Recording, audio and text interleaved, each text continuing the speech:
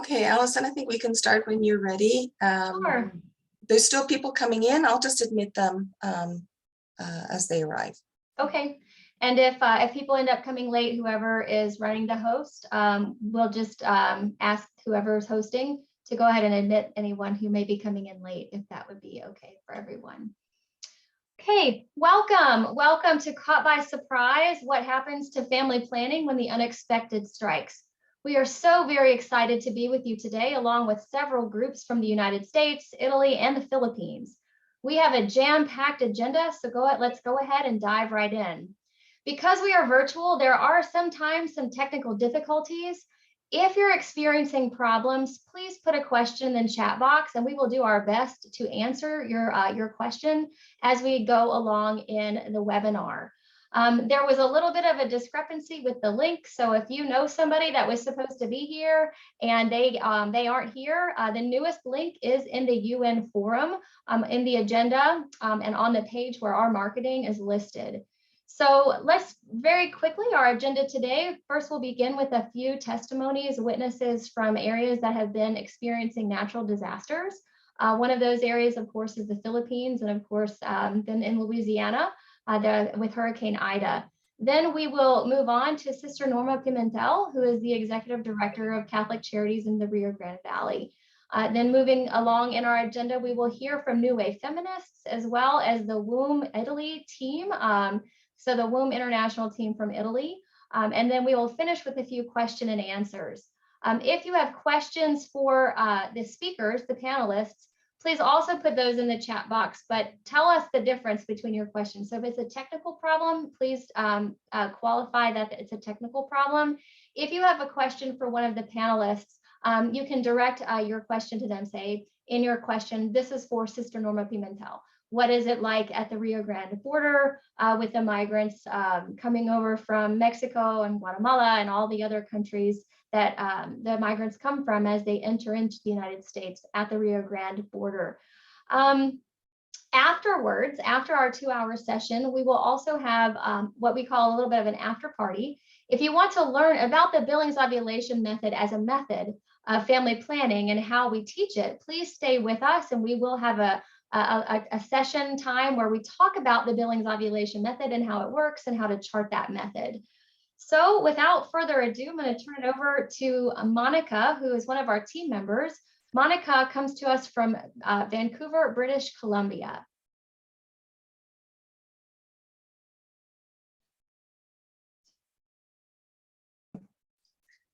Thanks, Allison.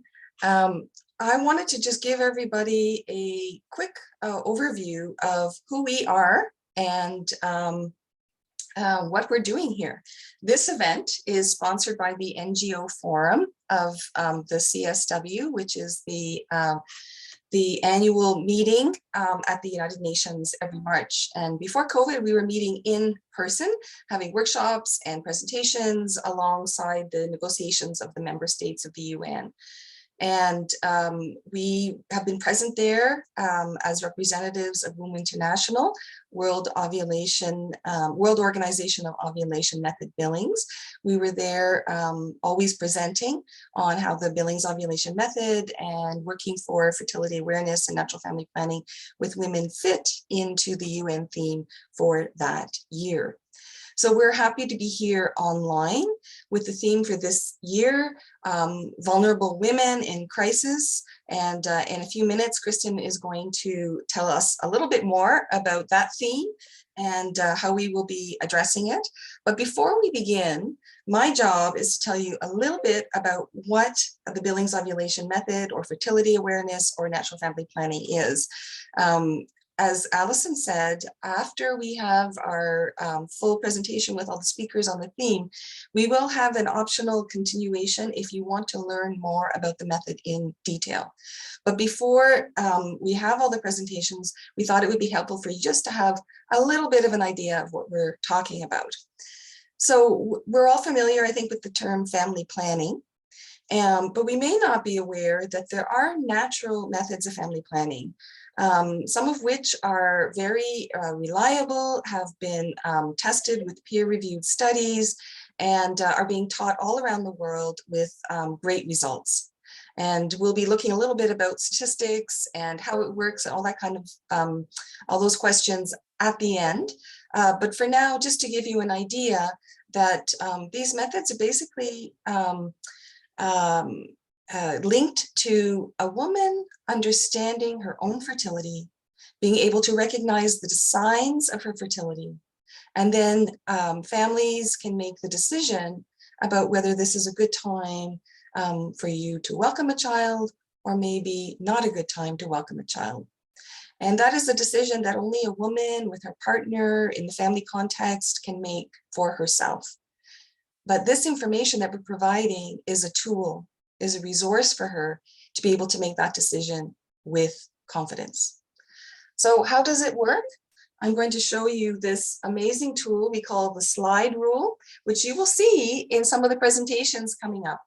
And basically, we teach women to recognize their own fertility.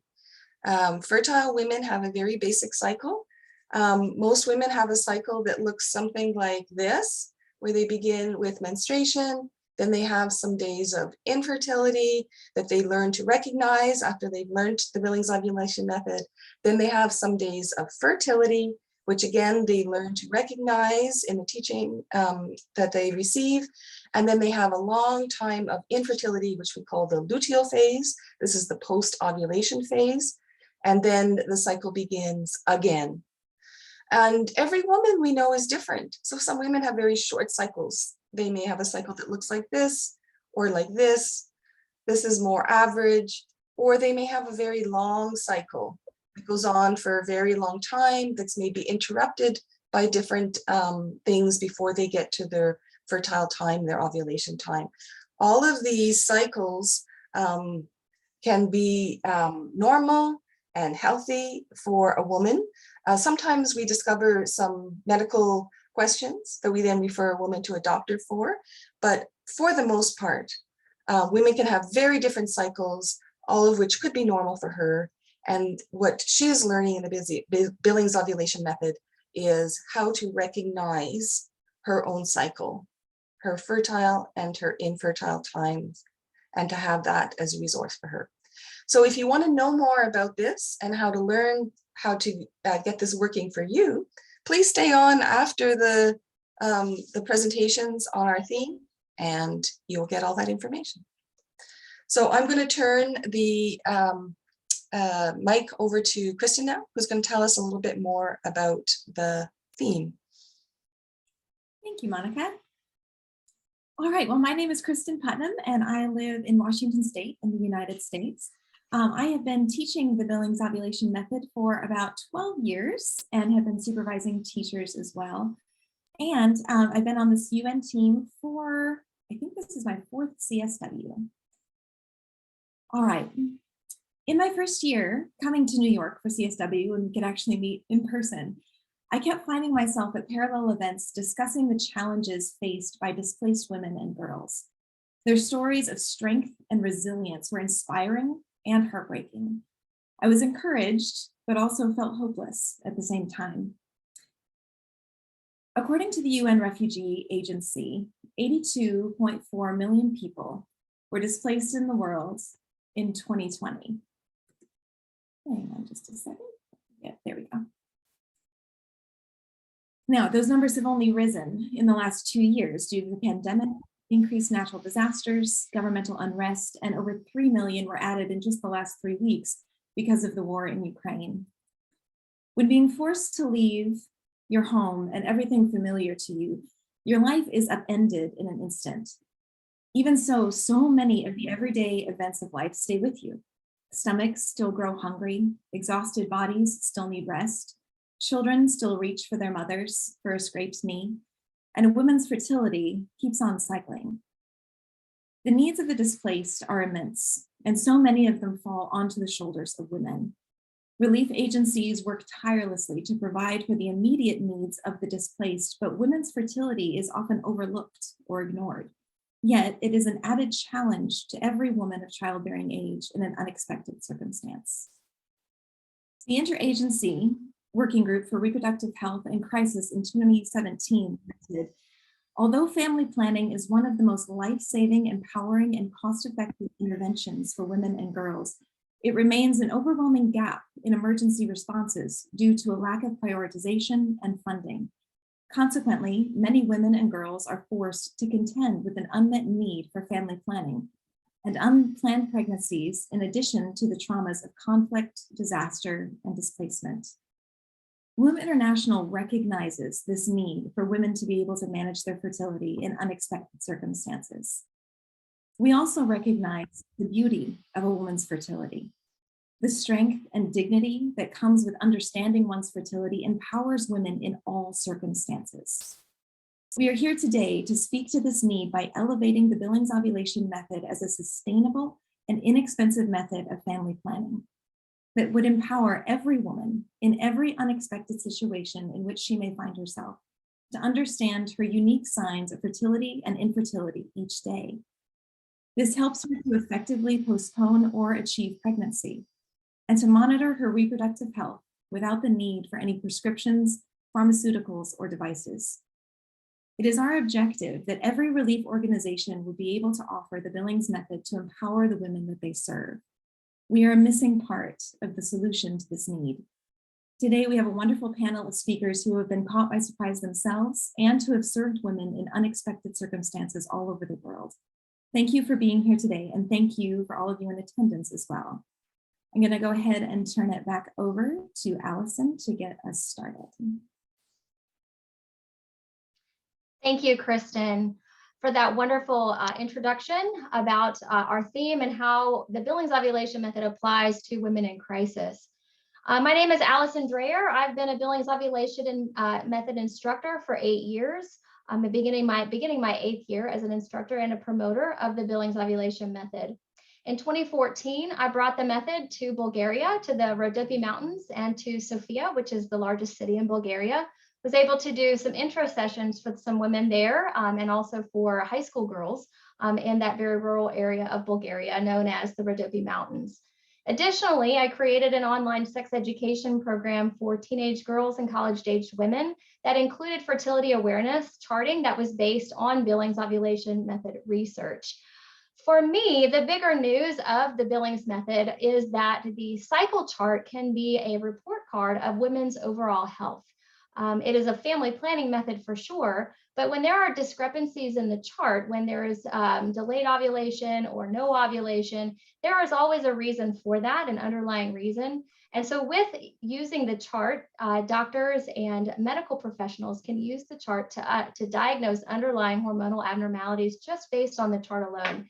And for me, that is very, very good news and information that every woman has a right to have. So just very personally, I'm going to go ahead and share my screen with you as well. And we went through ourselves quite a surprise. I live in Louisiana and, oops, sorry, let me stop, exit out of that and start from the beginning. Oh, I live in Louisiana and we do have some severe weather that comes to this area quite often.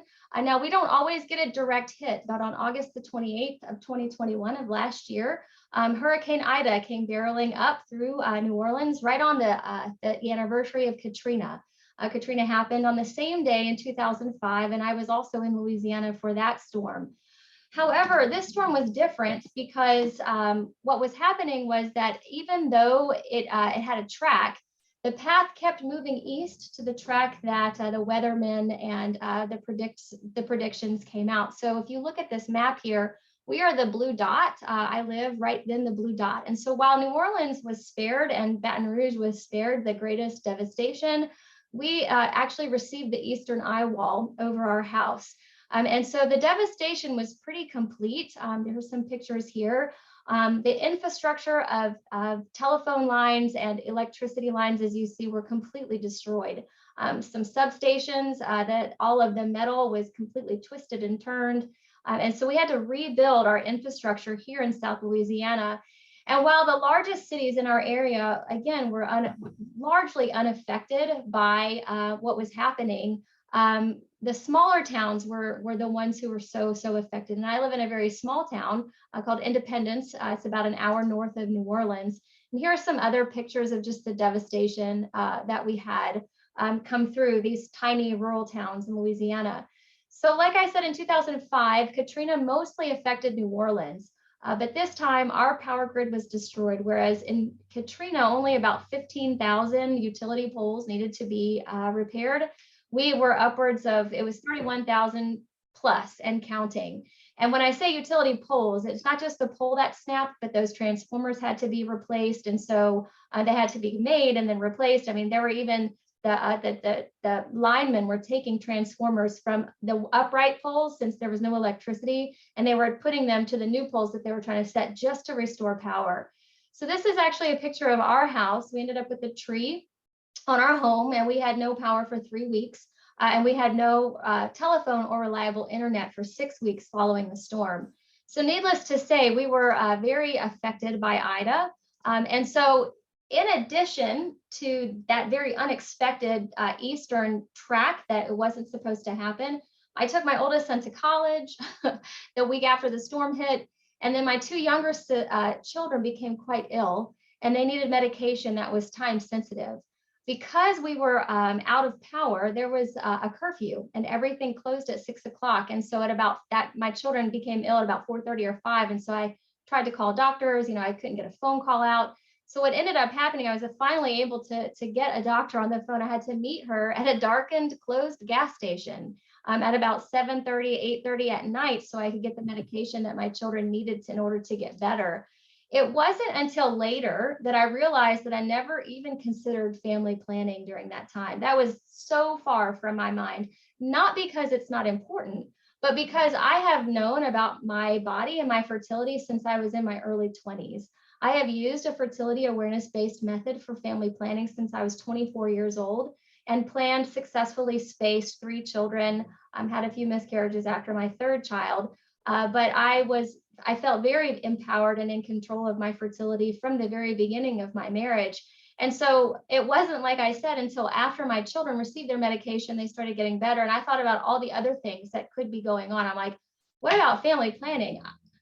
I didn't even think about it until later, because I'm so well versed in where I am in my cycle that it was a non-issue. And I even tried to look back in my chart to see where I was, but I actually left my chart at home. And so I wasn't even able to see where I was, but it was not even something that was a stressor for me, because I am so well versed in my own fertility and using a method for family planning that it was not even on my radar screen until after the fact. And it was what I didn't have to worry about that was so wonderful.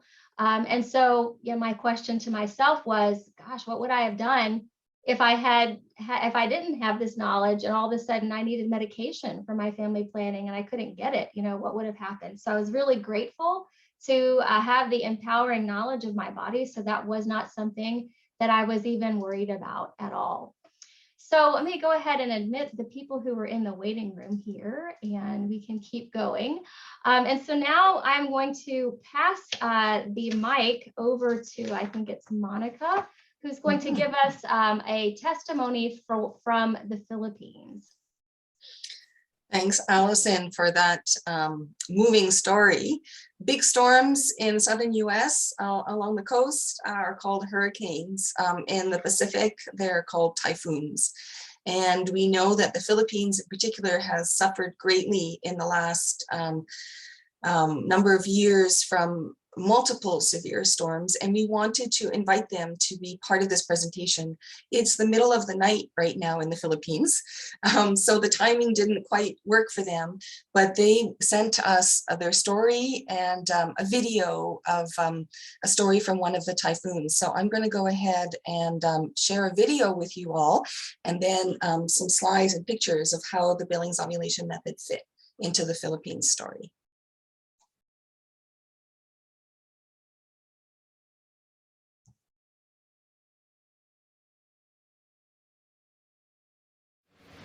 Greetings to everyone. My name is Elgin, and I am from Bicol, Albay Province, Philippines. More than 16 years ago, our area in Bicol was devastated by a super typhoon known as Typhoon Reming, with the international code name Typhoon Durian. I was a graduating high school student then, and it was very unforgettable for me because my experience until now is still vivid. I still have in my brain every detail of that horrible event in my life. And because I witnessed with my two eyes many souls in great pain, danger, and death during that typhoon. I was one of the student athletes representing our district for a cluster meet swimming competition. Me and my teammates were stranded in this particular classroom and nowhere to go because the storm brought too much rain and very strong winds. I could see also outside the rage of the typhoon. Many trees were falling. The galvanized roof or yarrow roof was flying around like a boomerang, and we could barely see around because of the heavy rain. We were stranded in that particular classroom for nearly 8 hours, from 6 o'clock a.m. to 2 o'clock p.m., and waiting for our coach to arrive and rescue us, leave the area, and find some place safe. We were all hungry because our last meal was the night before the storm. And I was very worried during those times because first, I was thinking about our safety. Second, I was thinking about my family because our place was just near the river. And last, I really wanted to go home. Fortunately, after waiting for almost 8 hours, our coach arrived. We left the school and walked towards his house, which took an hour before we arrived and realized that his house was completely unsafe because it was already submerged in water. And what I will never forget during those times was when we were walking towards our coach's place, we saw a lot of people, family asking for help. And what was really frustrating there was that we could do nothing. We could do nothing. They were all stranded on their roofs because all their houses were already submerged in water coming from the river near their place. So we had to cross this long particular bridge, a long narrow bridge, which could collapse at any time because the water in the river below it had already reached it and the current was very, very strong. So we had to run as fast as we could on that long narrow bridge for our safety. And as we ran across the bridge, we could see and hear the screams and cries of every person on the roofs. We just shouted, "Sorry po, wala po kaming kahit na anong kagamitan para matulungan kayo." Or to translate, "Sorry, we don't have any tool or equipment to help you." Now, we temporarily stayed with an acquaintance of our coach and spent the night there. We were all scared because we all hadn't talked to our families yet.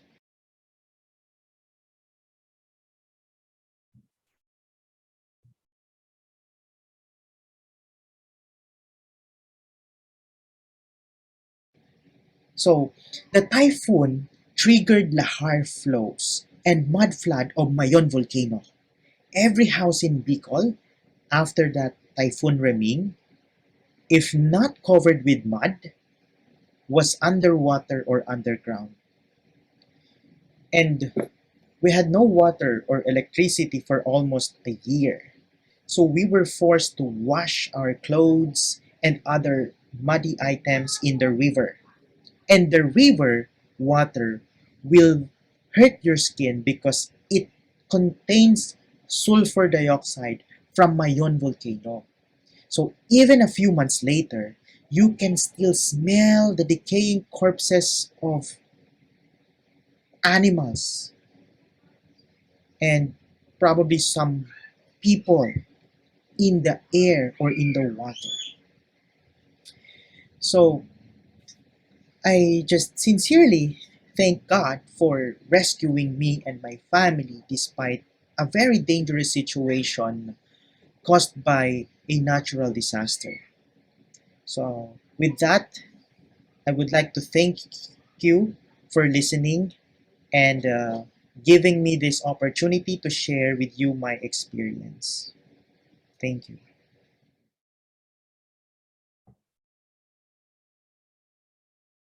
So there we have the witness story of Gino Arms, who talks about his experience in the storm. One of the things that he didn't refer to was how cut off that region of the Philippines was after the typhoon. He talked about not having clean water or electricity for almost a year, but because of all the flooding and all the damage and roads wiped out, they had almost no access to the outside, and the outside had almost no access to them except by boat. And he talked about in his witness how he felt that he had no tools to help in the storm. But speaking with the Billings Ovulation Method Philippines team, they told us about how once the storm was over, they did have the tools they needed to help. Even with no electricity, no clean water, and the region being cut off, they were able to use the very basic transportation methods and tools that they had to get some important resources out to the people in that region. So I'd like to share my screen again with some slides to show what happened after.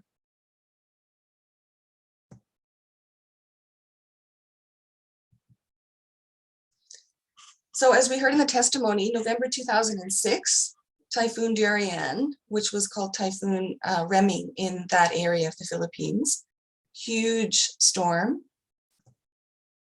caused a lot of destruction. But soon afterwards, Billings Ovulation Method teachers arrived in the region.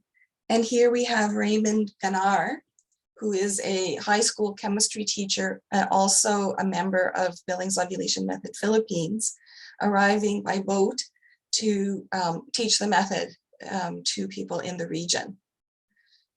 You can see we all got quite amused by how it seems that all that was precious to him getting out of that boat was that slide rule. He wanted to make sure that it stayed safe and he was able to carry it to the teaching that he did. So they set up a kind of a public space, and he was able to teach many people and go from region to region. You can see that in addition to the slide rule, they used different diagrams of a woman's body. You can see the image of the uterus that they have put and their reproductive system that they have put on the wall behind the presentation. So it really is a tool, a resource for women to first and foremost understand their fertility, what we call fertility awareness, and then to use that information for their family planning needs.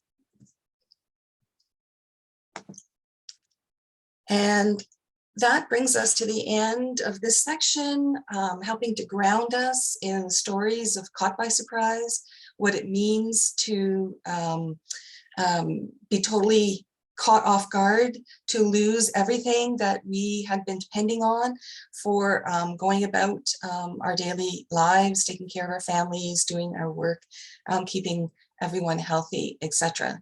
Now we're going to move into putting our focus onto another kind of crisis, migrants and refugees. And Allison is going to lead us in that section, looking at what's happening at the US-Mexican border. Over to you, Allison.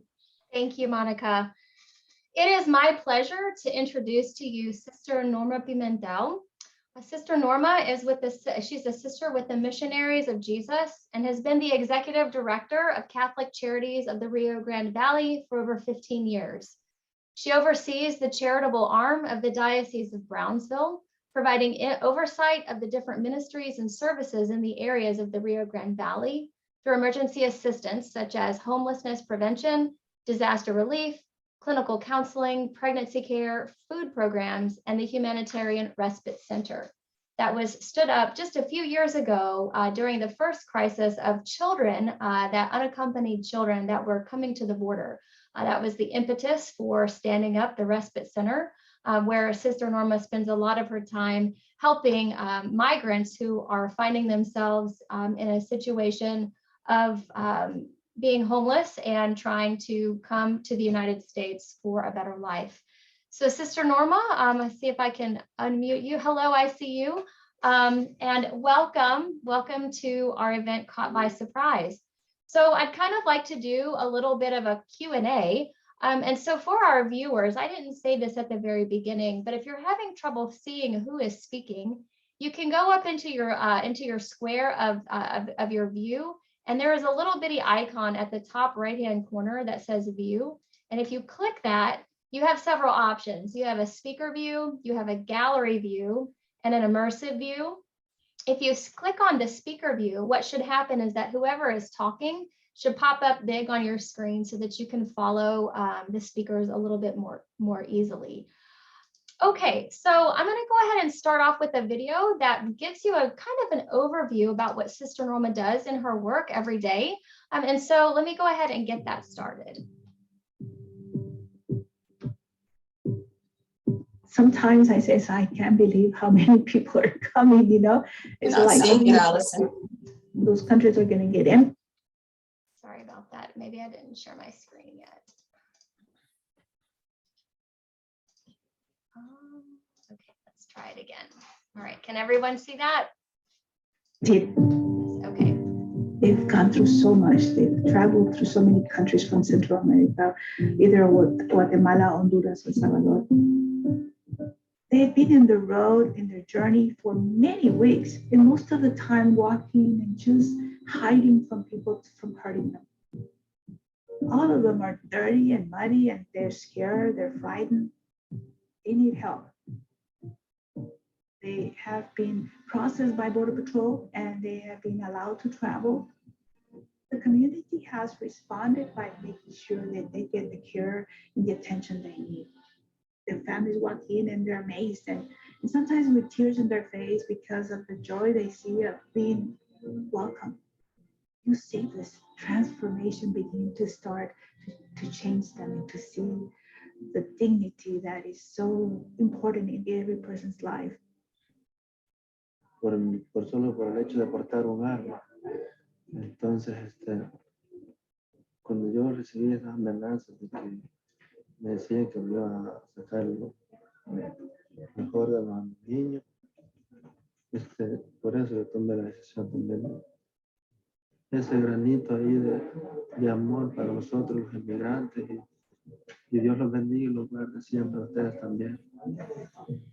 I've come to experience something beautiful, and that is God Himself in the immigrant, in the refugee.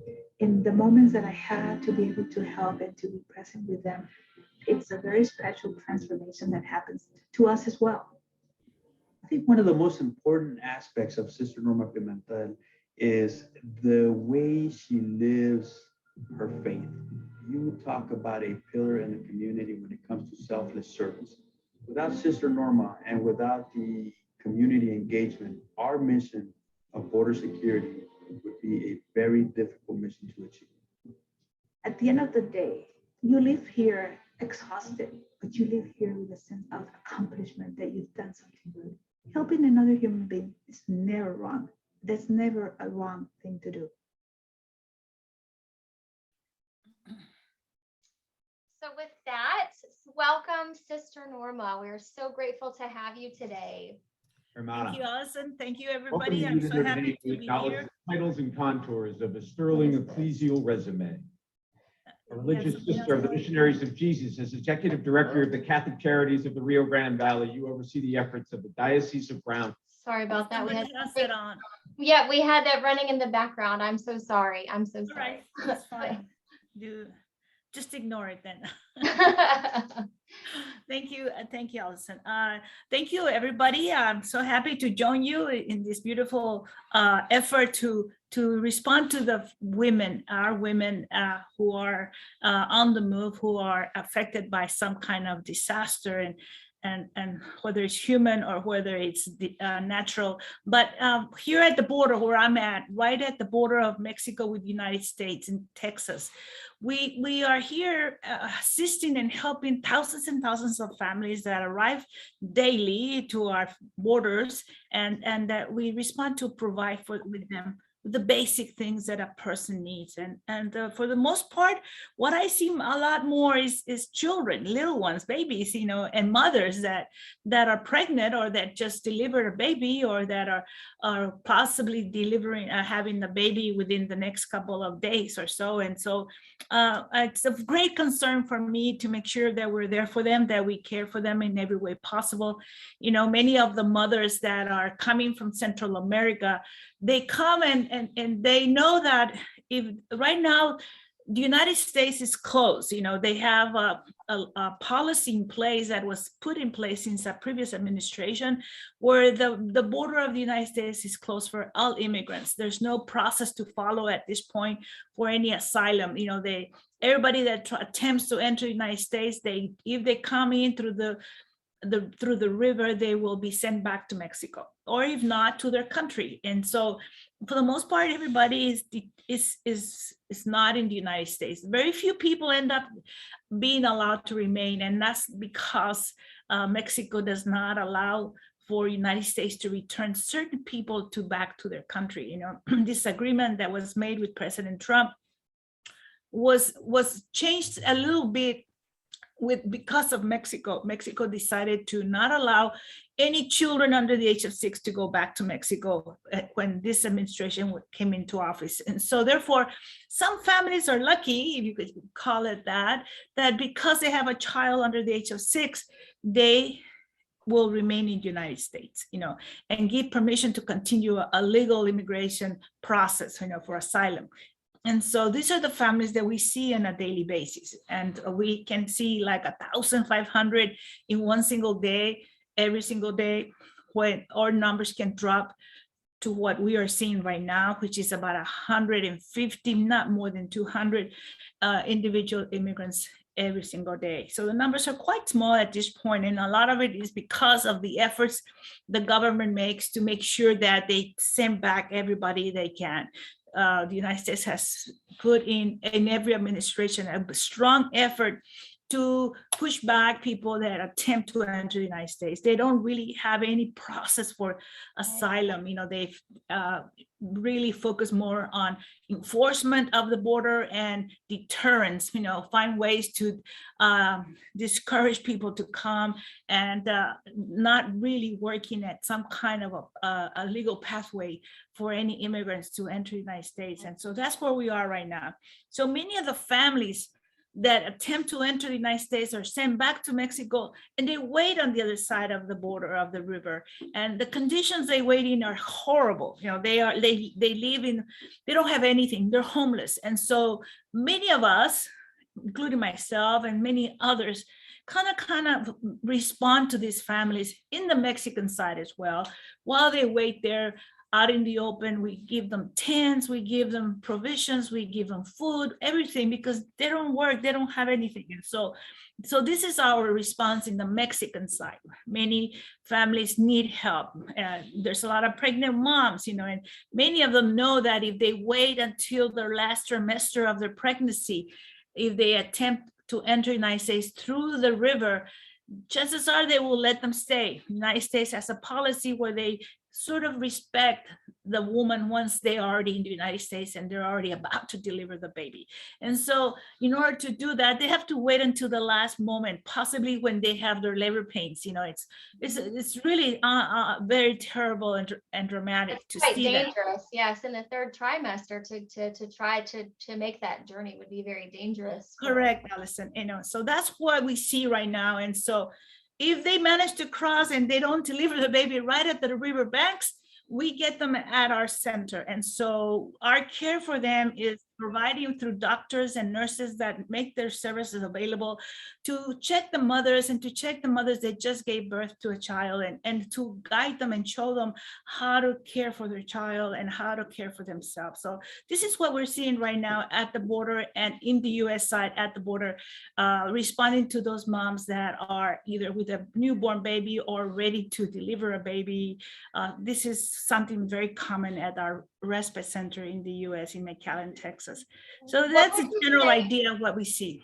What would you say is your biggest challenge at the center? When you do encounter someone at the center, what would be one of the biggest challenges that you face? So one of the things that we're always having to figure out how to respond to was the immediate needs that they have. Sometimes they need certain medications, certain specific needs that we want to make sure we have for the mothers, for the babies, and making sure we have enough of that, or the baby's milk, you know, and all of that is something that we must acquire for them. And so if they don't donate it for us, then we must find it for them through funding that we try to secure for that purpose. But that's a challenge because medication can be expensive. And so that is always something we always try to meet that need, but it's a challenge. So you would say, just kind of reiterating, one of the biggest challenges is really helping these families, because it seems that they have to stay away. But then when some of them, when they can come, even meeting the need that's in front of you to help them, that can become a challenge too, because it Definitely, that's money. correct. Yes. So it's interesting that you are able to go to Mexico and to serve the ones that are having to stay on that side. Yes. Is it how do you get funding? How do you get the resources to help the families on either side of the border? Is it the same? Oh, yes, it's always a challenge to get the funds, but I'm always knocking on doors and on people's hearts, you know, to make sure that I get the monies. You know, I go across. I just came from over there. I was almost thinking I wasn't going to make it because I was in Reynosa actually, and I visit there with the families, and I work with the pastors and everybody in the city government to organize a better shelter for these families so they're safer and better cared for. So I'm always getting monies not only for our center here in the United States, but also for the people in Mexico and all the needs that they have. And right now we're opening up a new shelter that's going to hold 3,000 of the individual immigrants there. But we want to make sure we have enough tents for all of them. So I'm trying to get 1,000 tents. I just have 500. So I'm still reaching out to everybody that I can so they can send us those tents and we can set up the new shelter and provide What better kind care. of tents do you need, Sister Norma? I'm looking for tents that are for six, a family of 6. You know, even though they're not 6 of them, at least they have the space in that little tent, a cabin style tent where they can actually stand up in the little tent. So those are the dimensions I want to ask for. You know, it doesn't have to be specifically 6-person tent, but that's my aim. You know, and it doesn't matter what kind of tent, as long as it's a cabin style 6-person tent, it would be ideal. You know, and so if somebody wanted to donate to they that just need to cause, send it to Catholic Charities here in San Juan, Texas at P.O. Box 1306, San Juan, Texas 78589. so anybody out there that knows of somebody who does this kind of giving, please, tents are needed. Please send me the tents. You know, I would greatly appreciate it, because you can guarantee a family will be so happy. A mother that is pregnant can be able to sleep in a place where she's more comfortable and better, you know. And so if you only saw the conditions where they're in those little igloo tents that is only for one person, a mother with 2 or 3 kids living there, you know, and in the floor it's so terrible. They always have to be down like this. So I think that you will be blessed for helping out if you do. Mhm. So do women ever ask specifically about like feminine hygiene? There's, you know, like for menstrual pads. I know it's kind of a private subject, but is that ever Yes. a question?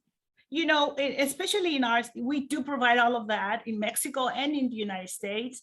It's something that the pastors, you know, a lot of the pastors are women, and then they all make sure they ask for all of those items. And so we make sure that we have whatever it is that they're asking that they need. And so, and in our center in McAllen, we have a bar. It actually used to be a nightclub. So I tore it down. I tore everything down except for the bar, and now we serve milk and Pampers and things like that. And so all of the items that are donated by volunteers, by people that good people that send us items, we put it all there. And if a mother or anyone comes and asking for whatever they ask, we give it to them. And so more than likely we have all those feminine pads and anything else that they may need.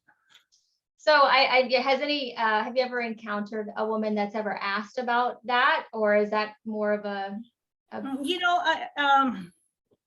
because we make everything available, I think our volunteers who oversee that counter, they make sure they make available whatever they ask. And I'm certain that they have asked for those items.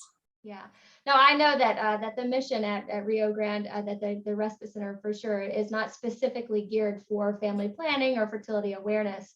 But as we see, just kind of in our discussion, that is an issue for women, is, just their monthly cycle. And then of course, what comes along with fertility. And as you've said, that the women that are pregnant or newly delivered, that those are all issues that come along with being a woman. And when we serve women, it's important to keep those things in mind. So yes, we do have, I did say, but we do have the local doctor who oversees the ICU for premature babies. He's made his whole team of nurses come on a regular basis to our respite center so that they meet with the mothers, they consult with the mothers what their needs are, they provide different vitamins and anything the mother's asking for their child, for themselves, teaching them how to breastfeed and things like that. And we also have another team of nurses that also do the same. So we try to provide all the care that a mother may need. And so we do ask them when they just arrive, if they're feeling okay, if they have any medical needs, and we will take them to a doctor or a clinic immediately if they need that help. Well, the work that you're doing there at the border, Sister Norma, is just beautiful. I remember I used to live in that area, and we moved away to Washington, D.C. right before that first wave of children hit the border. And I remember watching on the news all the wonderful work that you were doing to help those children, and that you continue to do to help all of the immigrants that you encounter even to today. And so thank you for the tremendous, tremendous work that you do on behalf of humanity there at the border. So before we sign off for today, is there any last parting words that you'd like to leave with our attendees? Any final thoughts that you have, Sister Norma? I thank God for the good work that all of you are doing. You're heroes in our world today in responding especially to the needs of women, and thank you for being one part of what all of us are trying to do to help humanity in most critical times. And it's not possible unless we all do it together, and all in our own areas where we can respond to. So muchas gracias. De nada. If any of you have a question for Sister Norma in particular, I know she has to go, please put it in the chat box and we will make sure that it gets to either her or her assistant. If you'd like to, offer a donation of tents or of anything, with underwear, menstrual pads, baby food, just put that in the chat box and we'll direct that to where it needs to go. Thank you so much, Alison, and thank you to all of you. Gracias. De nada, Sister Norma. Have a wonderful day. Thank you. Now I'm going to pass it over to Kristen Putnam, who has New Wave Feminists. And so how we talk about women who are finding themselves in crisis situations. The New Wave Feminists, I don't want to steal anybody's thunder, but they have a dream of building a house to help women in Mexico that also includes fertility awareness training. And so let me go ahead and pass it over to Kristen, and we will continue with New Wave Feminists. All right, so I'd like to introduce Corina Braceda and Destiny Hernan de la Rosa. Corina is a fronteriza human rights advocate, working on both sides of the border of Ciudad Juarez, Mexico, and El Paso, Texas. She has spent the last years coordinating migrant shelters and developing programs that are multidisciplinary in consistent life ethics and current migratory needs. Destiny is a pro-life feminist who lives in Dallas, Texas, with her husband and 4 children. She frequently contributes to the Dallas Morning News, and her organization, New Wave Feminists, has appeared in the New York Times, Slate, the Washington Post, and NPR. Destiny's activism is rooted in building bridges so that communities can serve women, children, and ultimately families better. New Wave Feminist does humanitarian work at the US-Mexico border, and Destiny and Corina are currently working on co-founding a consistent life ethics center in Juarez, Mexico, that will serve the needs of women on the border. Thank you, ladies, for being here. Thank you so much for having us, Kristen, and thank you to WOOMB for including us in this. So I wanted to begin just by telling everyone a bit about what New Wave Feminist kind of does. Our focus, we are a consistent life ethic group, which means that we believe every life should be protected from violence from womb to tomb. So, you know, that includes being anti-death penalty and pro-migrant, obviously, anti-war. And then we extend it into the womb by also being pro-life. But for a lot of women, we understand that it's not as simple as just true, you know, for many women, they don't feel that they truly have a choice when it comes to whether or not to continue pregnancies, especially along the border where, you know, what is going to happen tomorrow is not assured for them. And the danger level specifically in Juarez, Mexico, can make that very uneasy for them. And so for us, can y'all still hear me? I'm gonna hold this here. Okay, perfect. So for us, we started working together with Karina. She's one of my board members, as far as how can we facilitate the work that's going on down there, and especially when it comes to things like body liver.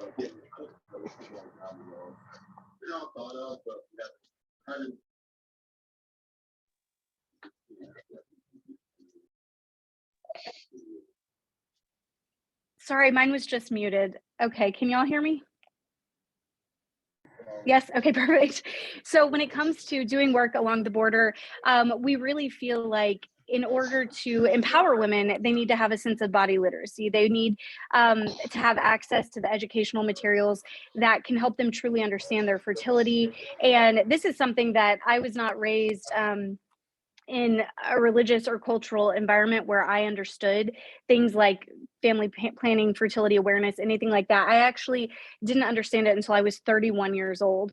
And a friend mentioned to me how she was charting, and we were on a plane trip, and it was 6 a.m. in the morning. And she said, "What time is it? I need to go check my mucus." And I remember saying, like, "I don't think you're allowed to do that on an airplane. And I need you to explain to me what you're talking about." And she said, "Well, I have to take my temperature, and I do these things, and I chart it, and then I understand where I'm at in my cycle."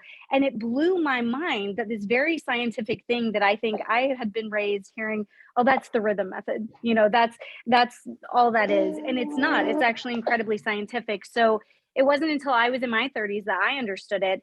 And when it comes to the shelter that we're working on at the border, we really want to make sure that women have access to a multitude of services, whether that's STD screening, sonograms, pregnancy tests, lactation classes, and obviously fertility awareness information, especially when it comes to terminating pregnancies. I always say that the best way to prevent an abortion is to prevent unplanned pregnancy in the first place, so that a woman actually understands her cycle, understands what's going on with her body. And Karina and I had the wonderful opportunity to speak at a facility not long ago, and I was saying things out of my face, and then Karina would translate to Spanish. And it was funny because we couldn't get the mic working, and so it was kind of quiet, and everybody's, you know, kind of paying attention a little bit. And then as soon as we brought out like the fetal models and they could actually see gestational stages of pregnancy, it was like these women just lit up and started passing them around. And I think that was the moment when I realized our opportunity to bring these resources and help educate women who, like myself, haven't maybe had access to some of this information is so incredibly powerful. And we've also been working together to get together a team of doctors who are going to be able to serve at this shelter and facilitate all of the efforts that we're doing. So that was kind of a all over ramble of what New Wave Feminist does, but we're hoping to get the shelter together here in the next few months, as was mentioned, in Juarez, Mexico, and hopefully start serving around 100 women and children, and then also having a wing just for women's healthcare. So now I'm going to hand it over to Karina so she can kind of tell you guys a little bit more about the work she's doing down there. Thank you, Destiny. I'm going to jump off of a word you used right now. You said opportunity, and the Billings method, more than planning a family spacing or family planning method. For me and the women that I work with, specifically because Ciudad Juarez is a point center of gender violence. It's an opportunity for us to teach people about body literacy, not just for the women that we serve, but also for the interactions that we have with the government, with hospitals, and teach women what their rights are And one story that really sticks out to me was I got a call from a woman from El Salvador, and she spoke to me and she said that she was bleeding and she felt like she was having a miscarriage, and that she presented herself for the hospital. In Ciudad Juarez, it's technically law that women have a right to access healthcare, but in practice, that's not the case. And looking into her case later on, it was that she didn't have the $11 for the consulta with the doctor, and going in further in that, she didn't know how far along she is. If we teach women bodily literacy, teach them where they are in their cycle even before pregnancy occurs, it means that they are going to know what their rights are, what to ask for, not just for us to let us know what do we advocate for them, but let the doctors know and for themselves, I need this service during this time. I have a right to a sonogram. I have a right to these services. So my hope for the center is for the center to be a center of education for the community, not just for the women, for body literacy, but for us as advocates, and also for the doctors to learn about the women we're serving and how they are in their migratory journey in the moment. Yeah, and I just want to follow that up by saying, you know, kind of our call to action to people throughout this process of working on the other side of the border is everyone wants to make this political. And so oftentimes it's spoken of as a political issue, but really this is a people issue. How do we love the woman right in front of us? How do we serve the woman right in front of us? And if we all just reached out and found that woman, whether she's in our neighborhood or our backyard or across the border, there are so many women that when we can work together as a team, beautiful things happen. And I definitely learned that from the shelter that Karina was at previous to us working on our own, and just seeing the community of women who had, you know, some of them had become pregnant through sexual assault and afterwards having PTSD, but wet nursing each other's children, right? And, you know, oh, you get some sleep, like I'll stay up with this child and I'll help, and cooking together, and just seeing this. I think I kind of have the American feminist perspective a lot of times, but seeing the way it's done in South America, it was truly a representation of the sisterhood that was incredibly beautiful. And I think our goal ultimately is just to grow that sisterhood and bring even more people into it. Thank you guys so much for sharing your story. Is there any way, I don't know if you guys are still raising money for the shelter that you're trying to get, but is there any way that anyone can help that's watching that may want to get involved? Yeah, if they want to just go to New Wave Feminists, plural, because it's actually more than just two of us, .com, they're welcome to kind of follow our progress on that. And, you know, we will be rolling out the shelter side first and then the women's healthcare side. And I kind of keep calling it the beta version, but it's going to get bigger and bigger. And we would honestly love to see these type of resources available for women all along the border. So we would love it if you guys kind of followed our journey on that on social media and at newwavefeminist.com. Thank you guys so much, and thank you for all of the work that you are doing coming today to share with us. Thank you. Look at this. All right, I'm going to Hit the middle where it says okay. Isn't yours supposed to be on? Right here, right here. Isn't this supposed to be on? Right there.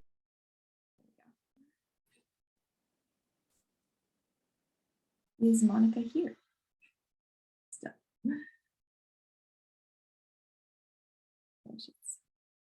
Okay, so Monica, do you want to go ahead and turn it on over?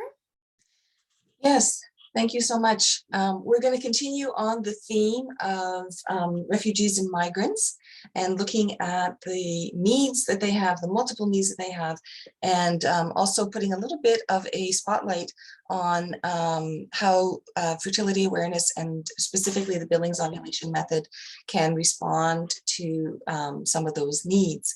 Now we're going to move geographical location and consider what is happening in Italy. You may remember seeing on the news all around the world boats arriving in southern Italy, and the response of the region to kind of a swell in needs, a swell in demands. And our next group of speakers is a team from WOOMB Italy, headed by Paola Pellicano. She's a medical doctor. She works at the Center for Study and Research on Natural Fertility Regulation at the Catholic University of the Sacred Heart in Rome. She has a PhD in bioethics, and she is the president of WOOMB Italy. And I'm going to turn it over to Paola to introduce her team that she's working with and to tell us about what is happening with migrants and refugees in Italy. Go ahead, Paola. Thank you, Monica. Thanks, everybody, and welcome, everybody, here in Italy. And good morning, good afternoon, good night. It depends on your region. Okay, as you know, in Italy we had this great problem with migrants. They arrive in Italy throughout our coasts, and that's why one of the region with a high density of migrants is Sicily, with an island in the south of Italy. So that we decide to present this project, who is doing in Sicilia by one group of, by a team, a team including some Billings Ovulation Method teachers that I introduced. Now I'm going to introduce them to you. Gera Drago, Calogera Drago, she is a Billings Ovulation Method teacher. She is a midwife and also voluntary at the AIDS Center for Migrants, and also involved in many projects of sexual education and also family education. Now she is supported in this project for migrants by another Billings Ovulation Method teacher who is Catena. Hi, Catena. And we have also Sister Celina. Sister Celina is a professional nurse. She is a Dominican sister, and she has been missionary for a long time in Pakistan, in Peru, and Afghanistan. Now she's involved in a project for migrants on behalf of International Union of General Superiors. So we enjoy to present this project who is doing in Caltanissetta, one of the city of Sicilia. Please, Sister Celina, I give you the word. I introduce you. Thanks. And the slide, please, Thank Monica. you. Thank you very much. Yes. Good evening. I'm Sister Celine.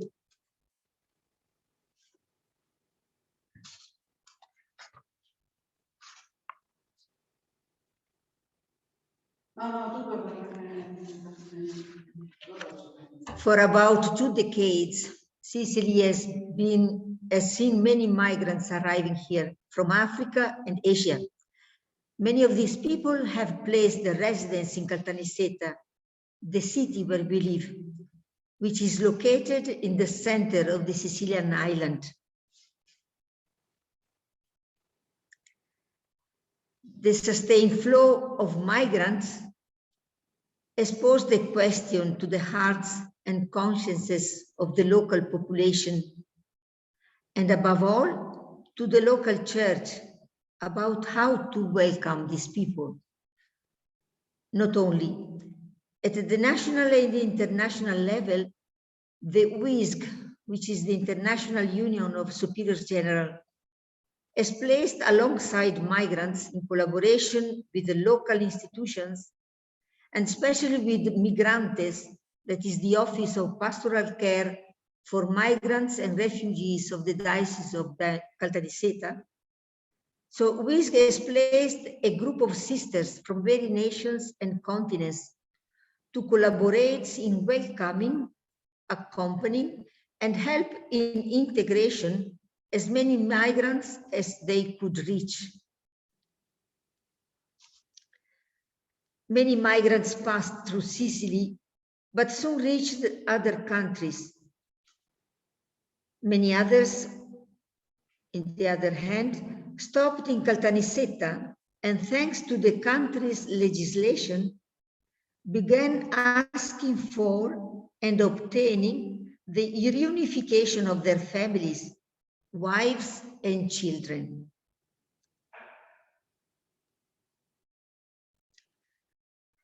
The arrivals of so many women and children has increased the request for help.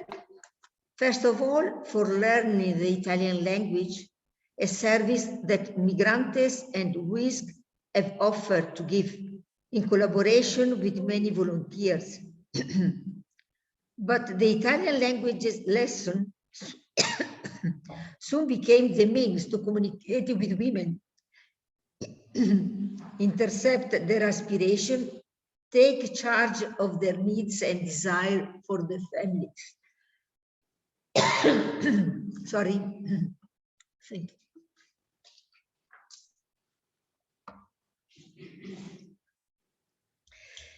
In the dialogue with the women, emerged, among other things, the need that they have to regulate their fertility amid the fears and uncertainties of the future and the wounds of the past. Some of them came from painful stories of violence and exploitation, as well as from the experience of contraception and abortion.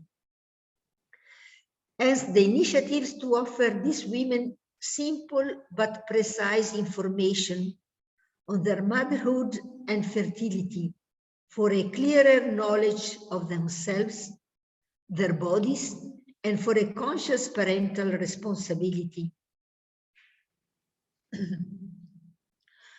With the teachers of the Billings Ovulation Method from our Diocese of Caltanissetta, we organized 2 meetings with 2 groups of Pakistani women, one for the Urdu speaking and one for the Pashto speaking. We are speaking about Pakistani women. And in 1974, in Pakistan, there was a missionary, an Italian gynecologist, Dr. Sister Anna Cappella. Working in the hospital and also in the area, she was aware of many problems. First of all, the high mortality rate of women, of poor women, for childbirth. She had the possibility to meet in Pakistan Doctors John and Evelyn Billings, who traveled around the world, especially the poorest countries, to bring their method of knowledge, the natural method of knowledge, respect, and natural regulation of fertility. Thus, it became a very intense scientific collaboration and a great friendship between them. Anna Cappella realized that the method represented an answer to the problems she faced above, and a real prevention for close pregnancies and often cause of the high mortality rate, but also a privileged way of promoting the dignity of women and a precious education tool. Educating, she said, also means making know what is in nature. Next slide. In 1976, Anna Cappella was called in Rome at Catholic University of the Sacred Heart, starting a work of study, research, teaching, and spreading of the Billings Ovulation Method. Together with her team, she has organized many university lectures, congresses, courses, and over the years, more than 1,000 of Billings Ovulation Method teachers have been trained, and they operate throughout Italy, including Sicily. Here are some pictures of our teachers and our team too. In different cultural and social contexts, next slide, please. The teaching of the Billings Ovulation Method reveals all its value. A scientific value as knowledge allows to preserve and to promote the good of fertility. And we know that today we have great problem with infertility too, especially in Italy, in our countries. And also the Billings Ovulation Method can prevent some disease throughout early diagnosis, but also a great human value in every context. Because educating to fertility means educating to life and love that are natural values, because they are inscribed in every woman and in every person, as we are seeing also in the experience we are presenting.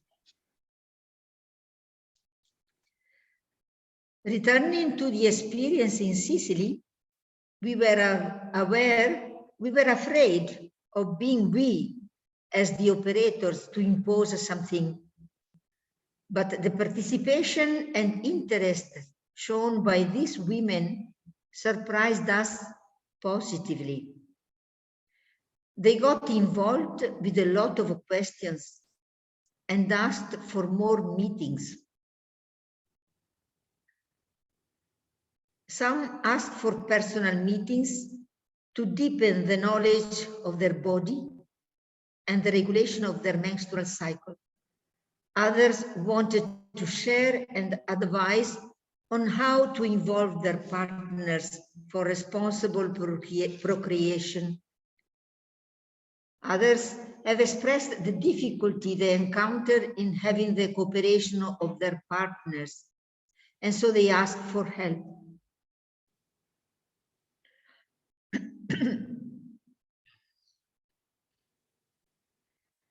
The two initiatives gave us the inspiration and increased the desire to offer the same service to others. Thus began a real project to be extended also to African women, some of whom are involved in the sad round of prostitution.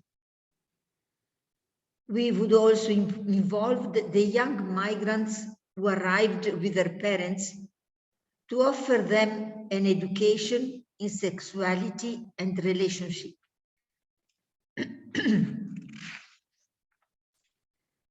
We are aware that in a foreign country, for these women, most of Islamic religion, just being able to get together and meet people willing to listen to them and waste time with them is a great gift, especially when this is aimed at a deeper knowledge of oneself and the good of one's family, while respecting the value of the womanhood, body, and life.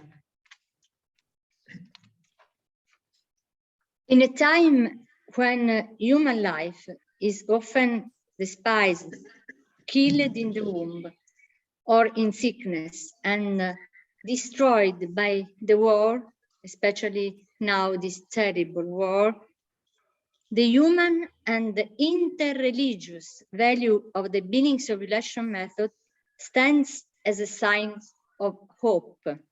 And we would find this hope in the prophetic words that Mother Teresa of Calcutta said when she received the Nobel Prize in 1979. She said, "We are teaching our beggars, our leprosy patients, our slum dweller, our people of street natural family planning. And you know what they have told me?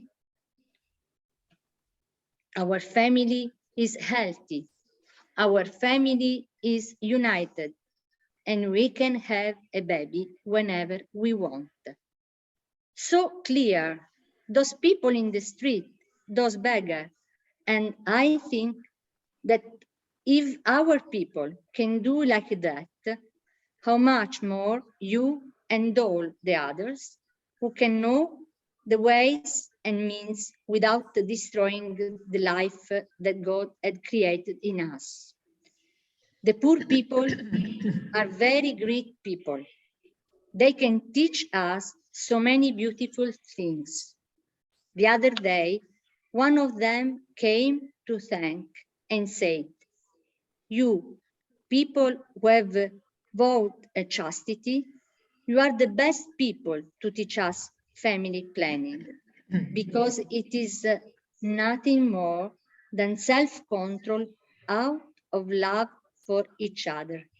And I would add, in conclusion, that this is the same love with which we try to teach Billings Ovulation Method, also in the experience that we presented you. Thank you for attention. Grazie a tutti. Grazie.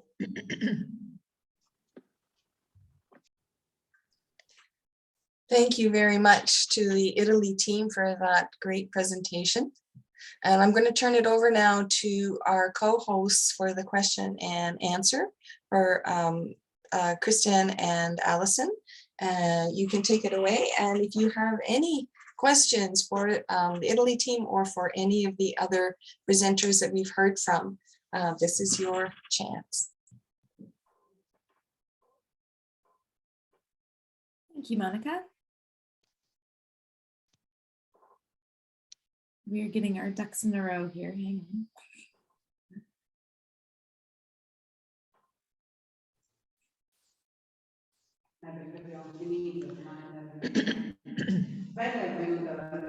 So I do see our first comment in the chat box, not necessarily a question, but just a comment from Karina to everyone, that it's beautiful. Migrants and refugees are worthy of this care of their dignity and their bodies. Thank you, Italy team, for your work. So I want to reiterate that, yes, thank you. And then taking it back to the Philippines, the team in the Philippines with the devastation of the storm, what a wonderful, wonderful resource and asset the Billings Ovulation Method was for those women during that time. If they were as isolated as they were, no electricity for a year, certainly family planning needs do not disappear during times of migrancy or being a refugee or being in a natural disaster, certainly coming from Africa, going to Sicily. Those things don't just stop. And so what a wonderful tool that the Italy team is giving these women. And I love the quote about wasting time with them. So I think it might have been, I don't know, I can't remember who said it, but there's no better time to waste than to waste it with the person in front of you and being truly present with the person in front of you. A very wise woman told me how important it is to be in person so that you can be transformed by that person that's in front of you. And so I think that that is what is happening for sure in Sicily and also everywhere where women come together and truly encounter one another.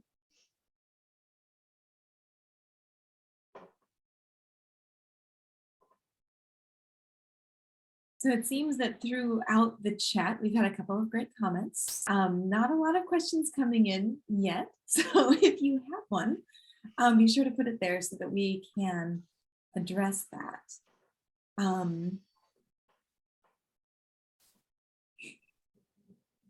Also, if people are familiar with the raise hand function, which is down below the images of people under reactions, you can click on that and raise your hand. Since we are not too large a group, if you prefer just to say your question, that is an option as well. Just go ahead and raise your hand. I did see a hand up earlier. I don't know, we have one there. Nancy Butler, go ahead with your question.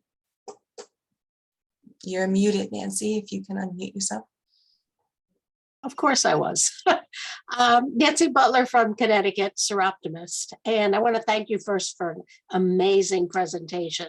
One of the disconnects I'm feeling, and I think you can enlighten me on this, is how does the Billings Ovulation Method relate to all of these natural disasters? So when people are in these natural disasters, How is Billings Ovulation Method helping? Because we were talking about both, and I don't know if they were supposed to be two separate things or if they were related in some way. Oh no, they're absolutely related. So I could start with that. As one who has gone through a natural disaster, I was so grateful to have the information about my body that the Billings Ovulation Method provides. It wasn't, I don't know if you were here for the whole presentation, but I gave a really short little story about what it was like to go through a hurricane that completely devastated my area. And we were without power for several weeks and didn't have phone or internet. And my children ended up getting sick and needing medication. And it wasn't until after all of that happened that I started thinking about, my goodness, what would happen if I needed medication for family planning, if I had, a birth control pill or, because certainly that doesn't go away during times of crisis. And so I remember being so grateful to having the information. So grateful that I didn't even think about it. It never even came up in my mind of things to be worried about while I was going through this natural disaster. And so the connection that we're making for Billings is that this information is information that every woman has a right to have. And so that if a woman does in fact find herself in a time of upheaval, that is one less thing that she has to worry about. So our educational, it's an educational desire that we have. This science of the female cycle is not new. We've had it for about 60 years, maybe even a little longer than that. And we are still in stage 1 of marketing, which is raising awareness. And so, for today, that's kind of where we were, is raising awareness about the missing piece of the Billings Ovulation Method in a woman's toolbox to be able to achieve in her life and to feel empowered and to feel in control so that she can make decisions accordingly. It's just one of those things that, so when I talk to women about their bodies and I teach them about their natural cycle, most of the time women get angry because they've never been taught this before. And they're in their 20s or in their 30s and they tell me, why has nobody said this to me? How come nobody has ever told me that I can know what my body is telling me, whether I'm fertile or infertile? I can know if my cycle is healthy or unhealthy, that there are more options for me than just medicine. And so once they get the knowledge, once they deal with their irritation for not knowing ahead of time, then they feel so very empowered by the information. I'd like to add to that, when we're thinking about women in these unexpected circumstances, they have so much on their plate. And when you're displaced and you're outside of your normal, and you've got this plate heaping full of needs and of things that you have to figure out. If a woman can be empowered beforehand with this knowledge, it's that one extra thing for those that are displaced and have to move from where they are. If you think about if they were relying on hormonal contraceptives, then where are they going to get their next prescription? Where are they going to have the doctoral support to be able to manage an IUD? Do they need to have even like a thermometer or other things to be able, to be able to control their fertility? And the great thing about Billings specifically is that there are no devices, there's no pharmaceuticals, there's no need to go to a doctor's office to get what you need or to find the doctor's station in the refugee camp that you're in to be able to attempt to get those prescriptions, to be able to take that piece off your plate. And so it doesn't fix everything by any means. There's still a heaping pile of things on this plate that a woman has to deal with, but it takes one piece off so that it lightens the load just that much more. So that's one piece, like Allison was saying, she didn't even have to think about it or worry about what pharmacy to get to or any pharmacies even open, all of those things to refill your prescription. And so when it comes to relief agencies, if they were empowered with this knowledge to be able to teach the women and empower them, again, they have this knowledge and they never lose it. You never have to have it re-upped. It's like once you know it, and you can keep using it for your entire fertile life, no matter what, which is why it's such a powerful tool for women when unexpected things happen. Thank you for that. Those were great answers. Thank you so much for your question, Nancy. So in the I'd like chat to- box, I see a question that says, thank you for the seminar. It's from Pauline Phelps. How can the WOMB assist with preventing domestic violence?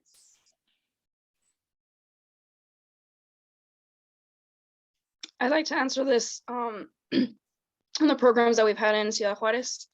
For me, fertility awareness helps in preventing and then also teaching women about gender violence. In a lot of the families that we would serve, just tracking fertility, and then the topic of the relationship with a partner comes up, and there we can have conversations about consent and what does that mean, and what does mutuality mean. And some of these women weren't taught, even within marriage, what consent means, what the yes means and what no means, and even for the man to deconstruct some thoughts about masculinity and roles within the marriage. So even within the partners tracking together, these issues come up, and because we're in a community and we're trying to teach each other, it's a safe place to do it, and these issues can be addressed where we could step in if we see something. Thank you so much.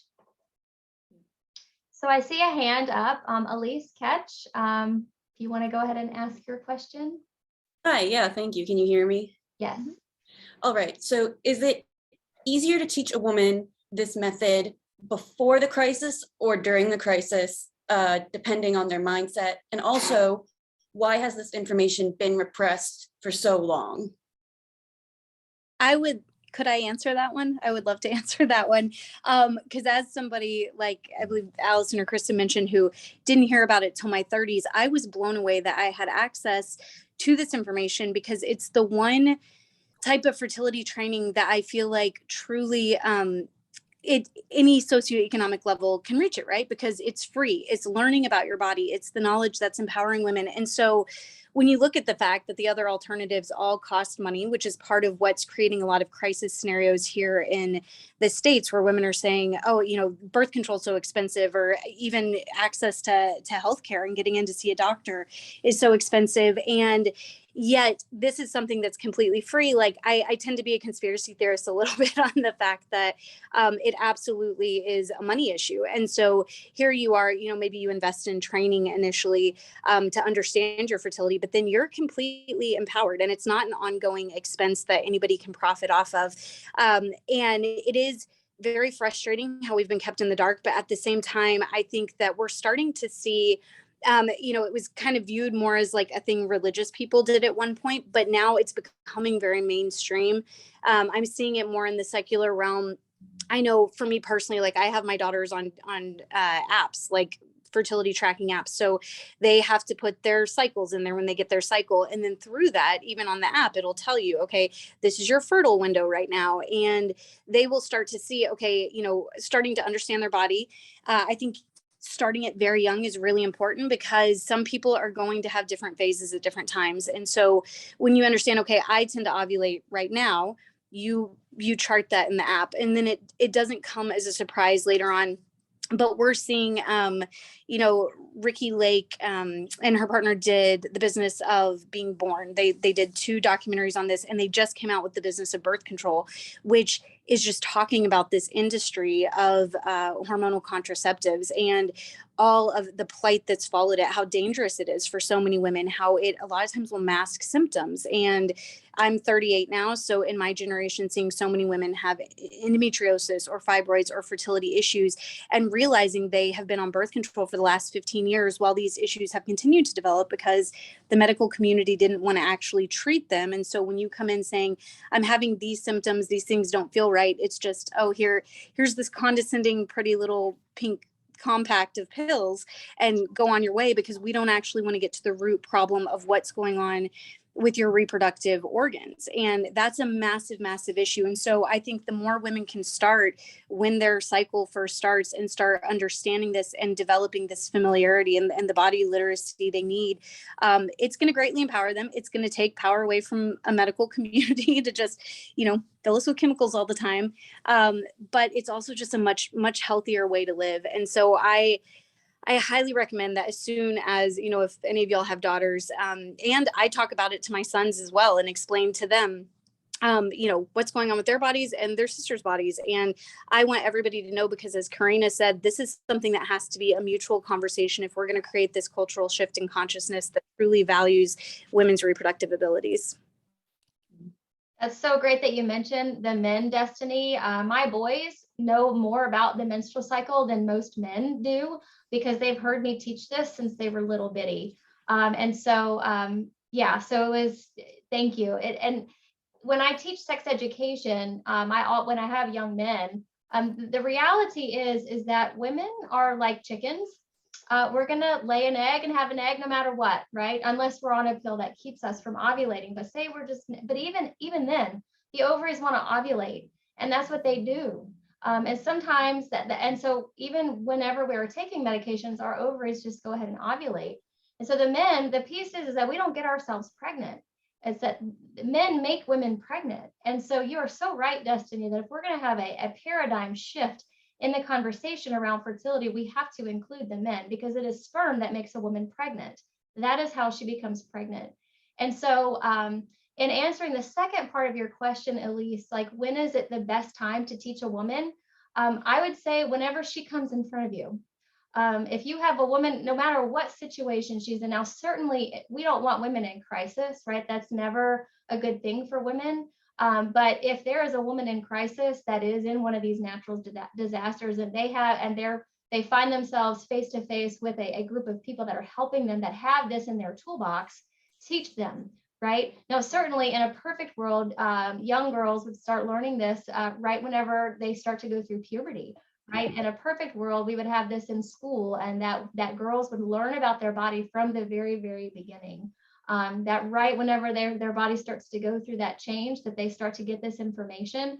And that's probably the end goal that we want, is that every girl has an opportunity to learn this, and every boy has an opportunity to learn this. Because I look at this next question about domestic violence, and I want to give Kristen a chance to talk too, so I'm not going to say very much more, so I can be quiet and let her have a chance to speak. But the domestic violence piece, now certainly the Billings method can't fix that, right? The Billings method can't fix somebody who has been raped, someone who has been violated physically like that. It can't fix that. What we are saying, though, is that whenever we get men and women educated about women's fertility, and men start taking responsibility for their piece in fertility, it changes the conversation. It changes this conversation. And a few years ago, we did an event where I talked about the Ikuyu tribe in one of the countries in Africa. Now, there wasn't a lot of domestic violence, but women were seen as substandard, as under the man. But whenever these couples were taught the Billings Ovulation Method, the men started to see their wives as equals, and that it raised the status of the woman in his eyes. And he started to ask her things more than just about sex, but about family finances and about education. And so when he started to respect her body, he started to respect her.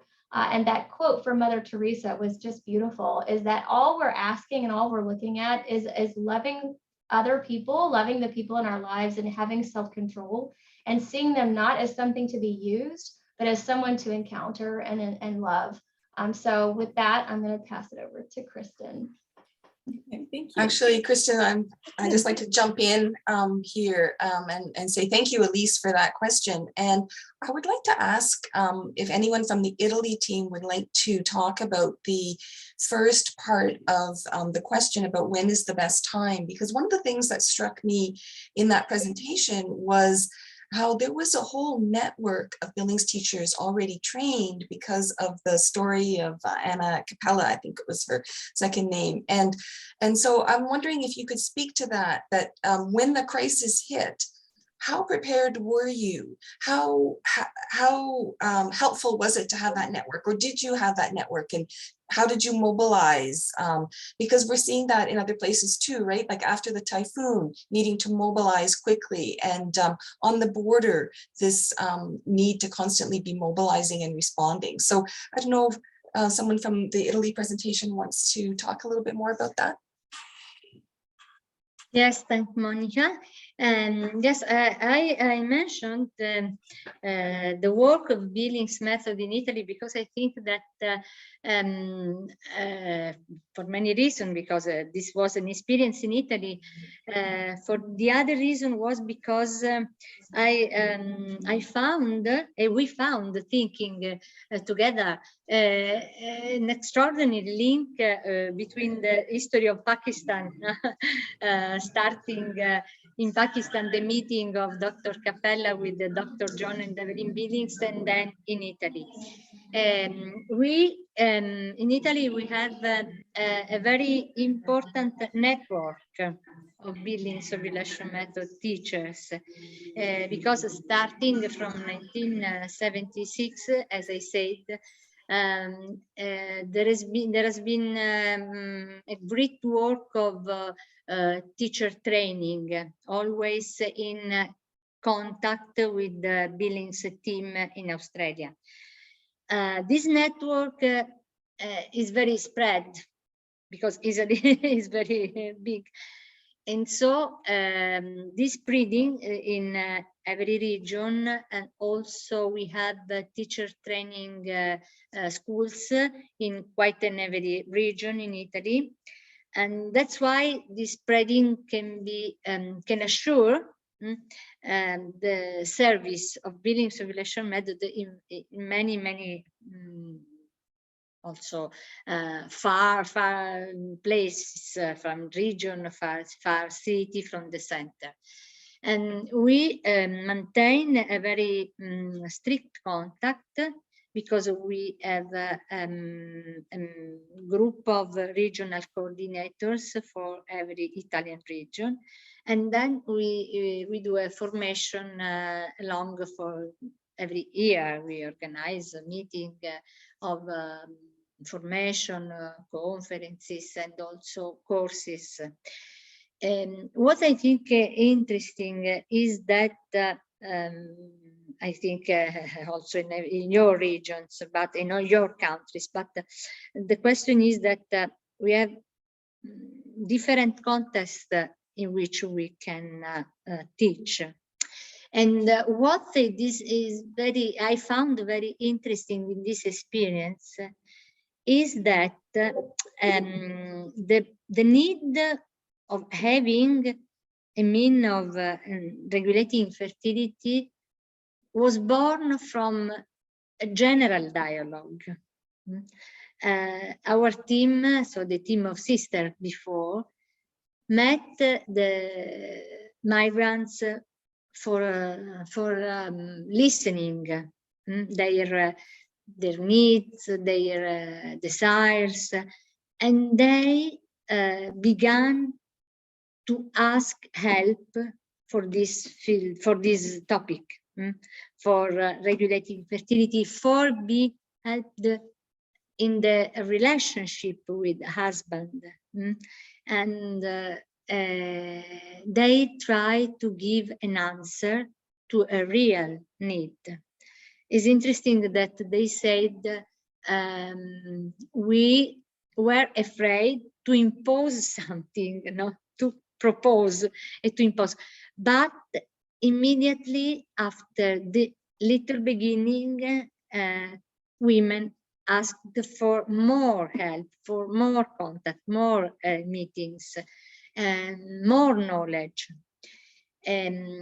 So I think that this is a way of helping people also in great disaster, in great crisis, in great problems, as now migrants, refugees, and now we are prepared to welcome more refugees because of the war. And this is also a mean, an instrument, the Billings Ovulation Method, to take care of what we could think be little things. But when we take care of little things of this special person, we give to this person, I think, dignity and hope. because also in great crisis, in great disaster, the possibility to speak about the nature, the body, the life, the possibility of life is a sign of hope. I said this, and I also wanted to conclude with the Mother Teresa words, because she said also with the poorest of the poorest, we can give them something very, very concrete to face with their problems, their poverty, their difficulties. And I think that the experience of Sicilia is in this direction. Mother Teresa sent us to our center in Italy, in Rome, many sisters to be trained in Billings Ovulation Method teacher. They usually came to our center before doing the perpetual profession, during the preparation, because she said it's not enough to avoid an abortion, to help when women to give to have a baby. This is very important as to prevent the war. She said in the same speech of the Nobel Prize, but it's not enough. We need to prevent, we need to educate, we need to give women and people one way to understand their duty in every situation. Thank you. That was beautiful. I see over in our chat that Sue Fryer was talking a little bit about her husband, who was the president of Rowing Canada for many years. And so working with athletes training for the Olympics. And just as a side note to that, when a woman is under great stress, whether it be physically or emotionally, or both, the cycle often does suppress. And so the cortisol that's in your brain and is higher is sitting on the estrogen. And so we don't see ovulations happening in those situations. And she was saying that she spoke up for these women because the coaches were saying we need to put them on contraception so that they can, focus on their athletics and not be bleeding. And she was saying, but if they're not ovulating, they're not menstruating either, so they don't need that. What a beautiful way to speak up for those women to keep them off of the harmful chemicals that are in hormonal contraception, because it wasn't necessary. But the beautiful thing about the Billings method in this kind of situation, whether it be athletics or whether it be in a refugee situation where there's high stress as well, a lot of the time we don't see that picture perfect slide rule cycle, right? And so with that, when you know the Billings method, it doesn't matter. And that's the beautiful thing about it. A lot of people think about natural family planning and they think, oh, well, you have to have regular cycles. You have to be on time. You have to have the 28-day cycle, which is completely a myth. But in Billings, all of those ups and downs, when a woman knows what her patterns are, she can chart through them, whether she's ovulating or not. And so just as a side note, it doesn't need to be, you don't have to have those regular cycles for this to be effective and for a woman to be able to use it. So thank you, Sue, for bringing that up, because that is absolutely correct. How I would be curious to know, how did they respond to you saying this isn't happening? Were they receptive to that, or did they push ahead anyway? Well, they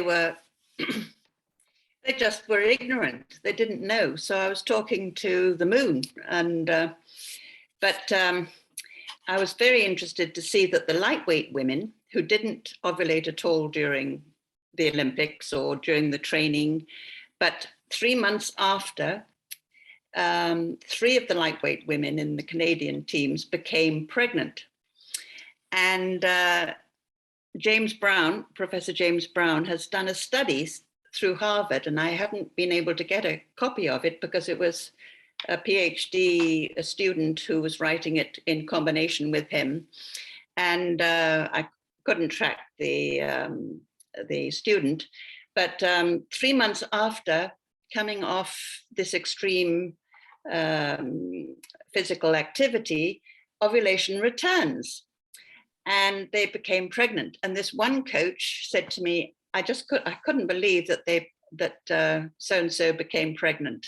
That was wonderful.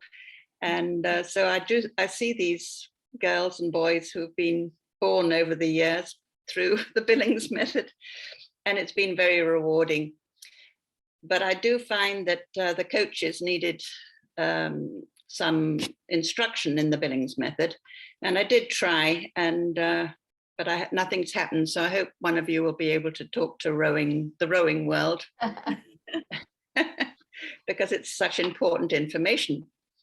And the heavier weight rowers, like one of our gold medal ones, told me when I was talking to her, she said, I talked to everyone about this. All the rowers know Mrs. Fryer is that Billings woman. Anyway, she said, we manage all right, don't worry. So I said, well, that's fine. I don't want to worry, but I just want to know that you've got the information. But no, it's a really good method, and at least they know where they're at and why their ovulation has suppressed, and that it will come back, gives them hope. So no, I congratulate you on this conference. It's been fantastic, and lovely to see Dr. Pellicano and everyone, and Dr. Hannah Klaus, who's been teaching for years and years and has got a lot to say, I'm sure, in this because she taught in many developing countries. But with the rowing, I really feel I haven't gone on with that much. But I did. One of the coaches was a very nice fellow, and he was the man in the boat. And he and his wife, I met in the different parties all over the world, and we got to know each other. And he confided that his wife couldn't have children. I said, have you tried the Billings method? What's that? What's that? Well, 3 children later. I love that.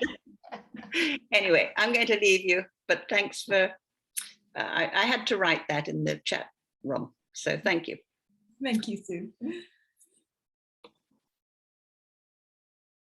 Yes, Sue did mention Dr. Hannah Klaus. I did see her, and she was actually the very wise woman that I mentioned a few minutes ago, just about how important it is for us to be together in concrete reality to transform each other and to truly encounter one another. So I'm so glad to see Dr. Klaus. It's been a little bit, so hey, Dr. Hannah Klaus.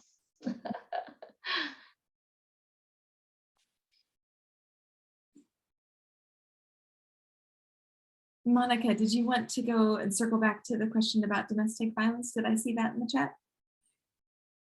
Yeah, thanks. We had a question that came up in the chat about how if there's anything that we can do to help women that really are in very intense situations of vulnerability. I mean, we heard some heartbreaking stories about how women are living at the border. And also thinking about what we're seeing on the news that's coming out of Ukraine and the region today, and everything we know about what's happened historically, about what happens when violence breaks out, when war breaks out. And so there was a question about, you know, what happens when women really have very little control in these situations, right? There's so much coming at them, and they feel powerless, and they are often powerless. So the question in the chat was, can we do anything for that? And I do want to talk a little bit more broadly, because, you know, we're not there in the moment, and it's not something that can be, you know, always protecting women, but it is something that can protect the essence of who each of us is. We have seen evidence when women learn about their fertility, they change their whole kind of composure about who they are and how incredibly beautifully they are made, and the incredible gift of giving life that they have. And when they know it, it's something that they're part of rather than something that's outside of them.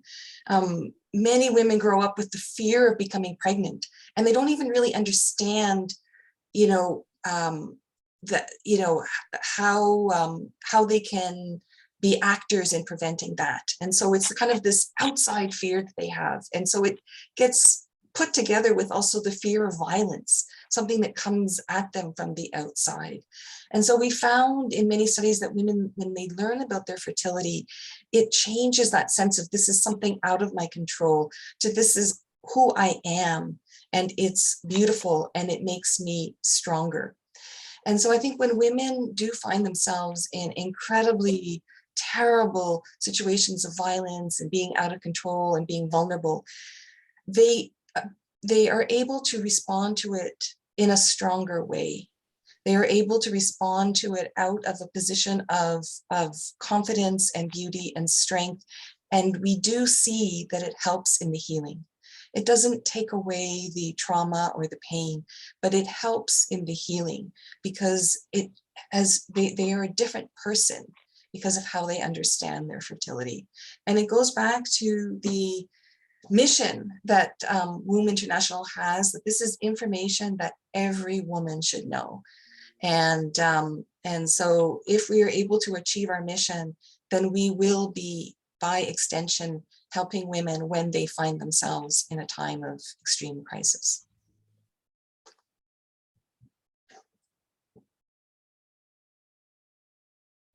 Beautifully said, Monica. Thank you. So I see one other question, wondering about the differences between some different family planning methods. That is an important note that I believe it was Destiny that mentioned, whenever she heard about charting, she thought it was like, oh, the rhythm method, which was a method, and I guess it's still around, but the family planning has come a very long way. So the Billings method was started in 1953 by Drs. John and Evelyn Billings. We've mentioned their names several times. As far as some of the differences, there are lots of methods that are out there. Some are scientifically sound, some are not. Specifically in this day and age, there are lots of apps out there that claim to help you be able to manage your fertility. And there is a great organization, FACTS, who did a study on some of these apps to determine which ones are actually scientifically valid and which ones really aren't and really shouldn't be trusted. So specifically, the differences between Billings, Creighton, and Femme was asked.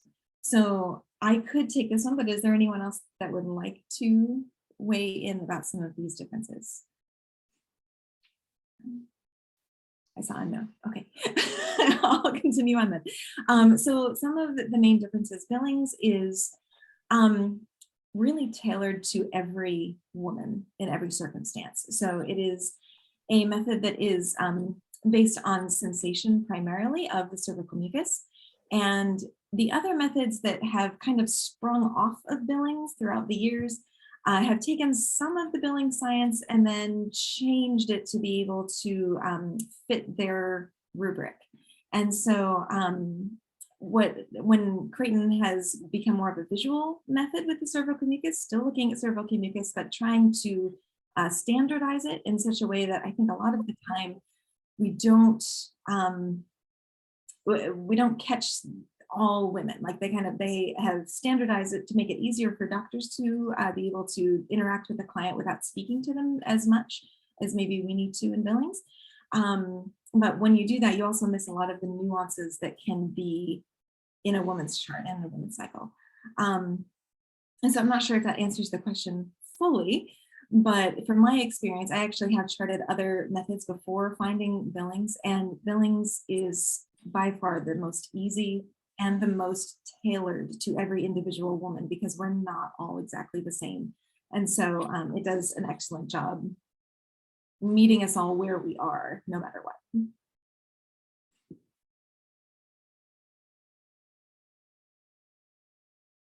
Oh, yes, thank you, Heather. I also mentioned that with the Creighton method, toilet paper is necessary because a lot of it is the wiping sensations. And so with that, again, looking at sustainability, looking at women in crisis, even toilet paper is not something that is guaranteed. And so another device, if you will, that is not needed to be able to chart Billings successfully. Thank you for bringing that up, Heather.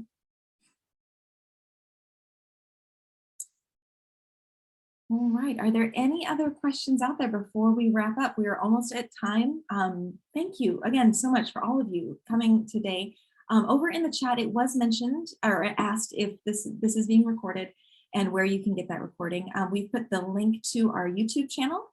And at some point in the near future, we will upload this entire session up to the YouTube channel so that you can go back and watch portions again, or if you want to share it with those that couldn't be here today, there is a way for you to do that. Okay, well, I don't see any other questions, so I think we're going to officially wrap up this portion of the session. So again, thank you all for being here. If you would like to stay on and learn a little bit more about the specifics of what Billings is, kind of jumping off that last question of what are some of the differences, we're going to be talking about that for the next little bit. So if you want to stay on, please do. But if not, again, thank you so much for being here today. Thank you to all our speakers and everybody who participated. We really appreciate your presence.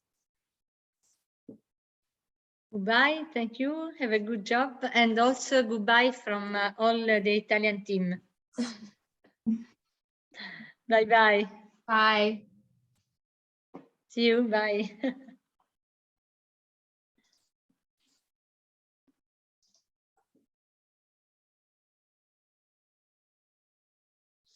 We'll just wait a few minutes as people can leave, and then we'll have the presentation on the Billings Ovulation Method begin with the remaining group.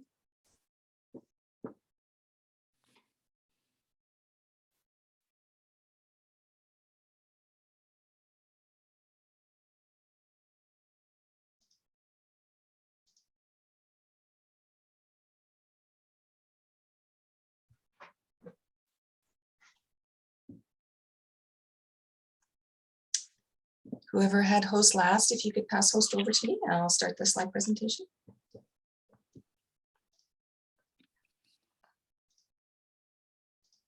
Okay, go ahead, Monica. Thank you. Well, we have a nice small group here. I recognize some names, so this information will not be new to you, but we have, excuse me.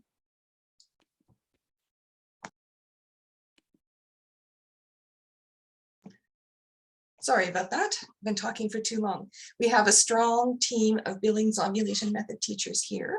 So if you have any questions after this short presentation, I'm sure that we can take care of any inquiries that are there. But I've put together a very short presentation. Normally, a Billings Ovulation Method presentation is about an hour long and involves a full slide presentation on the biology and the history, etc., as well as kind of next steps. So just to be clear, that's not what this is.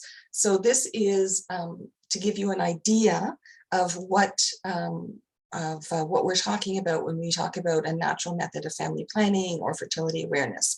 So this is to give you some concrete information. If you would like to use this method as a method of family planning, either to avoid or achieve a pregnancy, it would be important for you to follow the full course, which is basically the 1 hour presentation and then an individual one-on-one follow-up. We know that every woman is different in her cycle and her fertility. And so it's really critical that you have that individual appointment with a teacher so that you can take this general information and then apply it to your situation, your reality, your body. And so I would ask if either Kristen or Allison could put the link to the international website for WOOMB International in the chat. If you are wanting to search for a teacher in your area, that's a good place to start. And there's also a general information email and phone number there. You can get in touch with people if you can't find what you need on the website. So that being said, I am happy to give a little bit more information on the Billings Ovulation Method for our purposes today.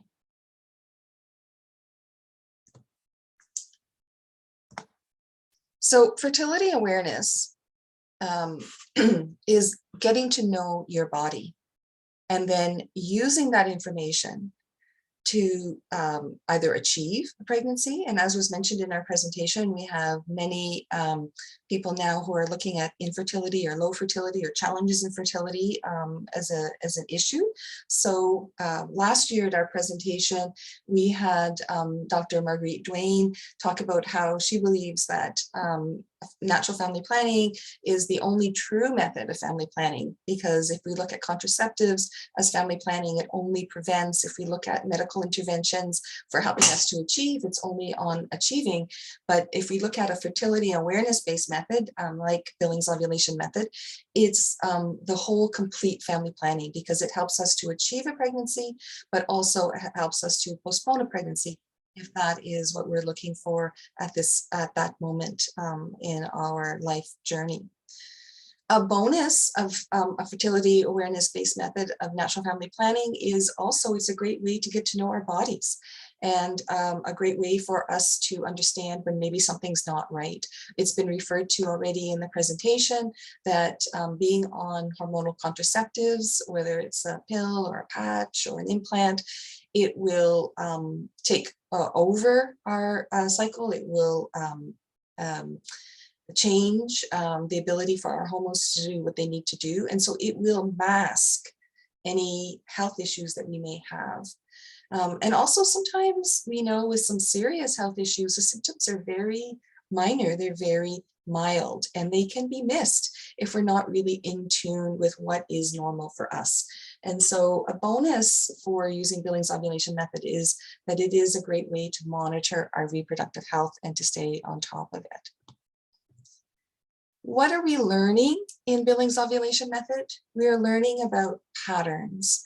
Every one of us who has a healthy fertility has a fertile pattern and also an infertile pattern that we at Billings call the basic infertile pattern, the BIP.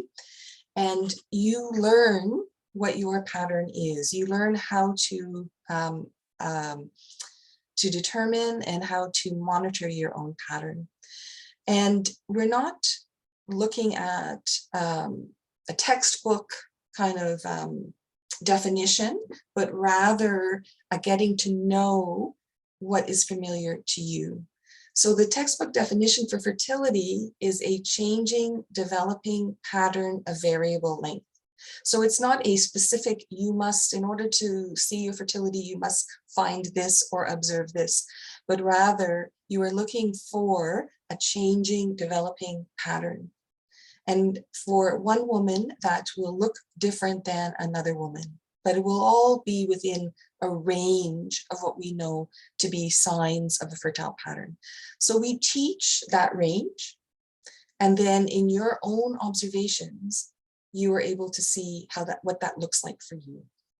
And it's the same thing for the infertile pattern, that we teach the range of what an infertile pattern looks like. Generally, that's an unchanging pattern, the same thing that you're observing every day. And that will look a little bit specific for you versus the woman sitting beside you. And in the course, you will learn the range of what infertile patterns look like. And then in your own observations, you will be able to see what your own pattern is. And then you take that information and you learn how you can apply that to a method of family planning. So how do I understand how my body works in order to make decisions about how to follow through on where I'm at now in my family planning, whether I'm trying to achieve a pregnancy or trying to avoid a pregnancy. And just quickly, if you're wondering where the name came from for the Billings Ovulation Method, it came from Doctors John and Evelyn Billings, who were two Australian doctors. They both passed on now. They lived very long and fulfilling lives. They were a married couple, and research began in the early 1950s, and it's continuing to be ongoing. And the information that we began with back then has been expanded, confirmed, and built upon in order to have a very reliable method of family planning today.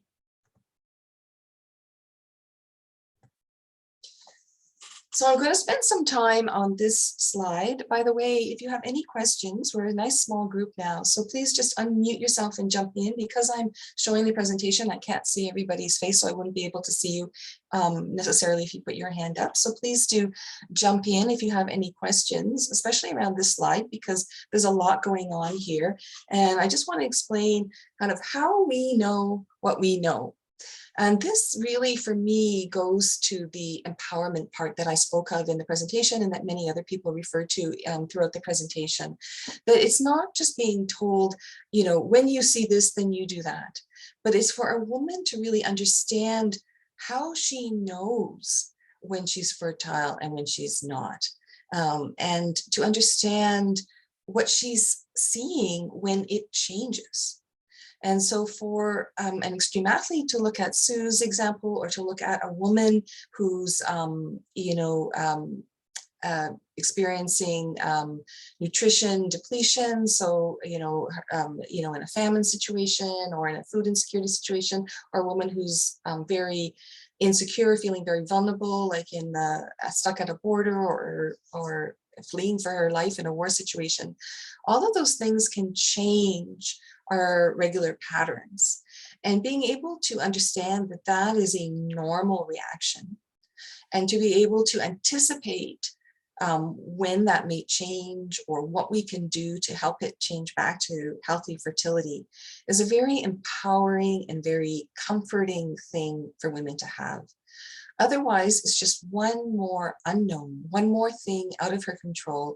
Is all of this is happening, or I have the Olympics coming up, or very stressful things are going on in my life.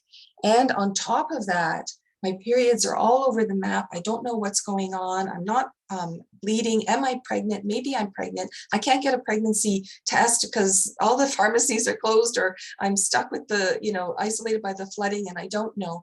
And when you know your body, when you know what's going on, and you know how to adapt that knowledge to your changing situation, it can really be an excellent thing to lean on and to help you through that difficult time.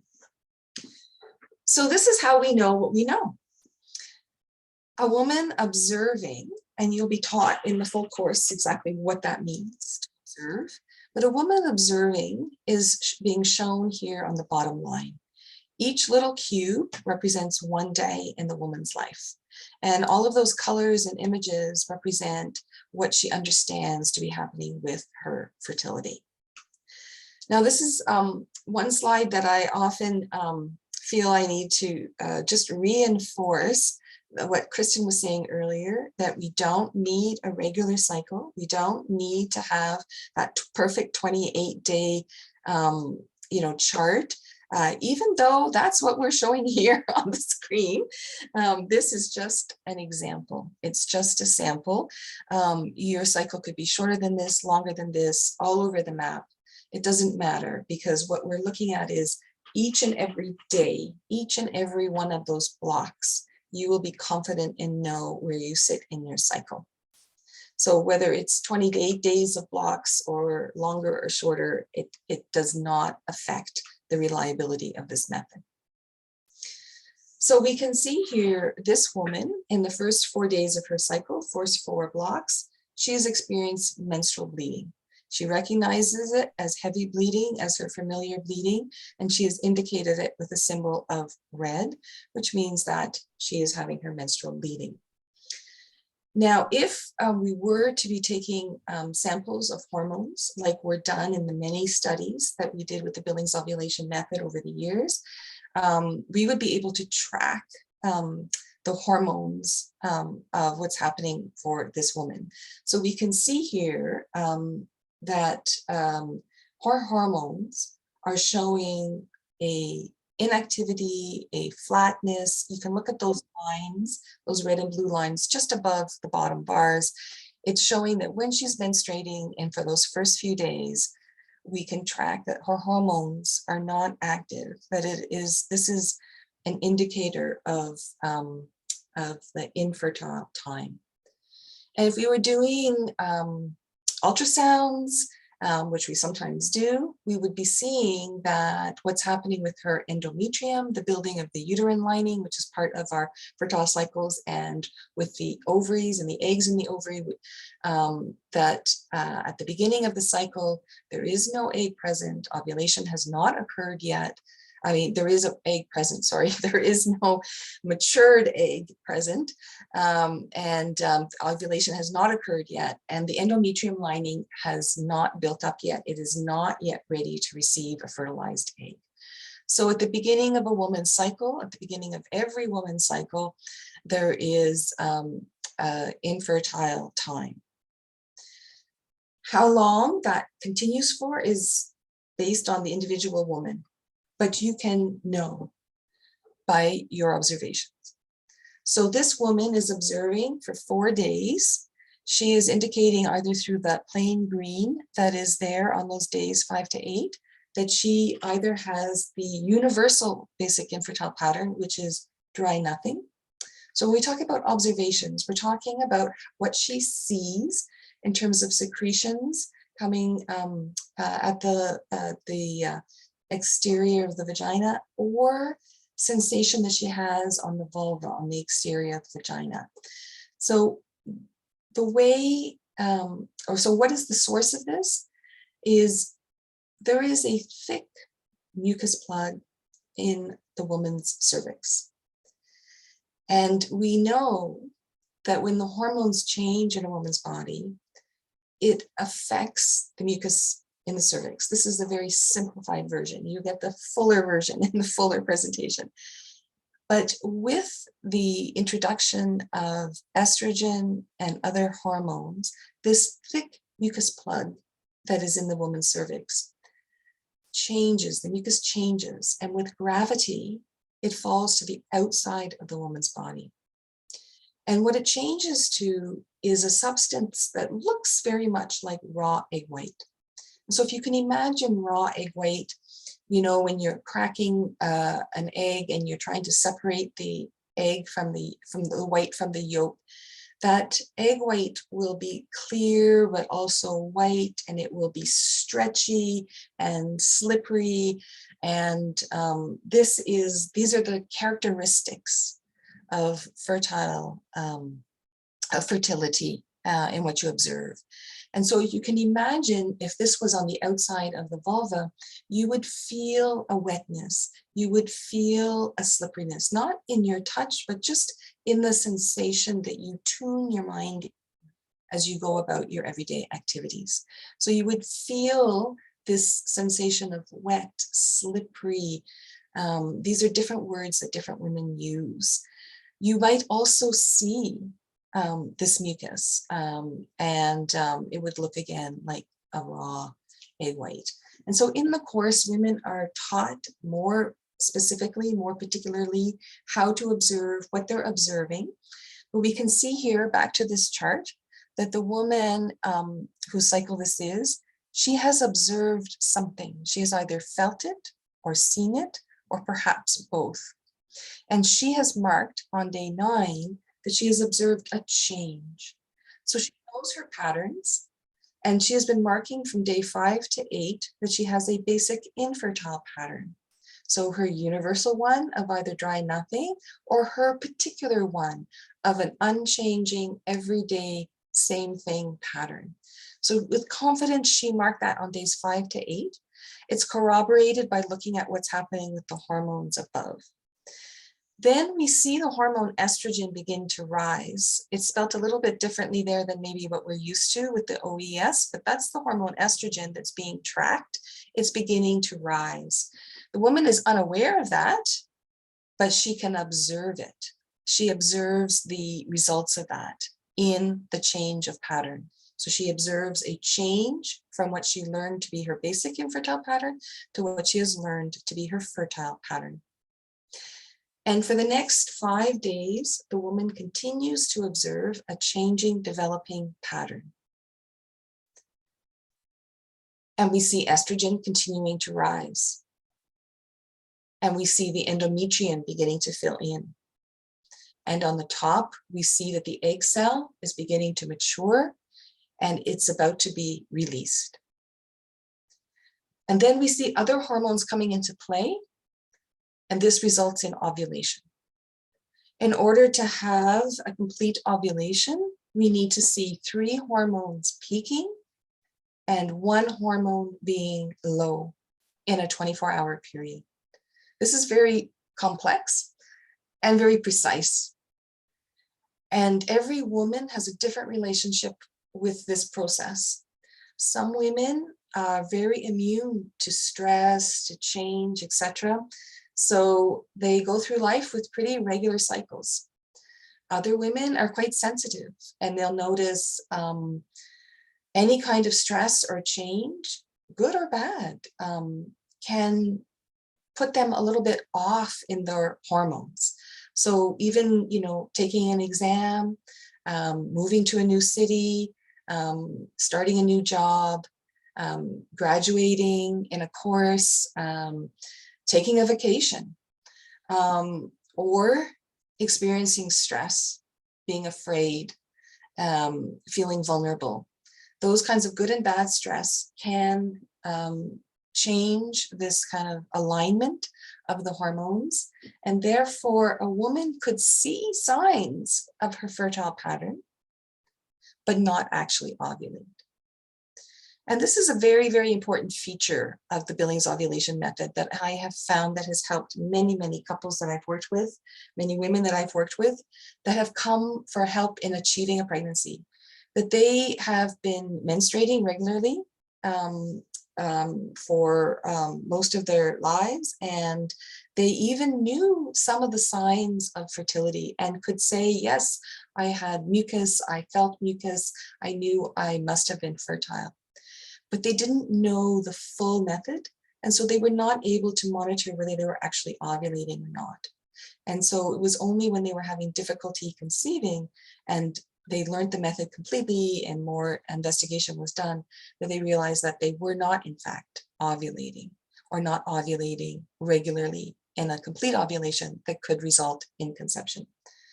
So this is part of knowing your body. It's part of being body aware. It's part of being educated in your fertility. And it can only come from learning a complete method of natural family planning and then applying that in your cycle and observing what happened. But in this woman's situation, her hormones did peak and progesterone did stay low. And it resulted in a successful ovulation, as we see in the image above, with the egg being released. What happens after ovulation is there is again a change, a sudden change. And so the woman no longer observes the fertile signs, and there is a sudden change back to infertile features. And so this woman has noted that. She sees that on day 14, 15, and 16, she no longer has those signs of fertility. And so she knows, because she learned the Billings Ovulation Method, that means there was a release of the egg cell, there was ovulation. She no longer experiences the fertile signs, but she knows she's fertile because there is an egg on the scene. And we know back from, the basics of biology, in order to conceive, we need 1 egg, 1 sperm. So if there is an egg that is alive and waiting, then she can be very fertile, even though she's not experiencing the fertile signs. So here I'm going to talk a little bit about some of the guidelines for the Billings Ovulation Method for achieving or avoiding a pregnancy.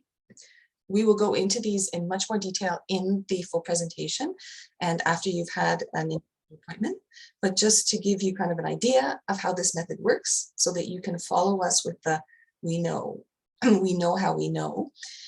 The woman has observed the change, and so the guidelines say that she counts to 3. So after a change from the fertile to the infertile pattern, or after a break in the basic fertile pattern, there is always a counting to 3. And that is because we know the egg has been released sometime in the last 24 hours.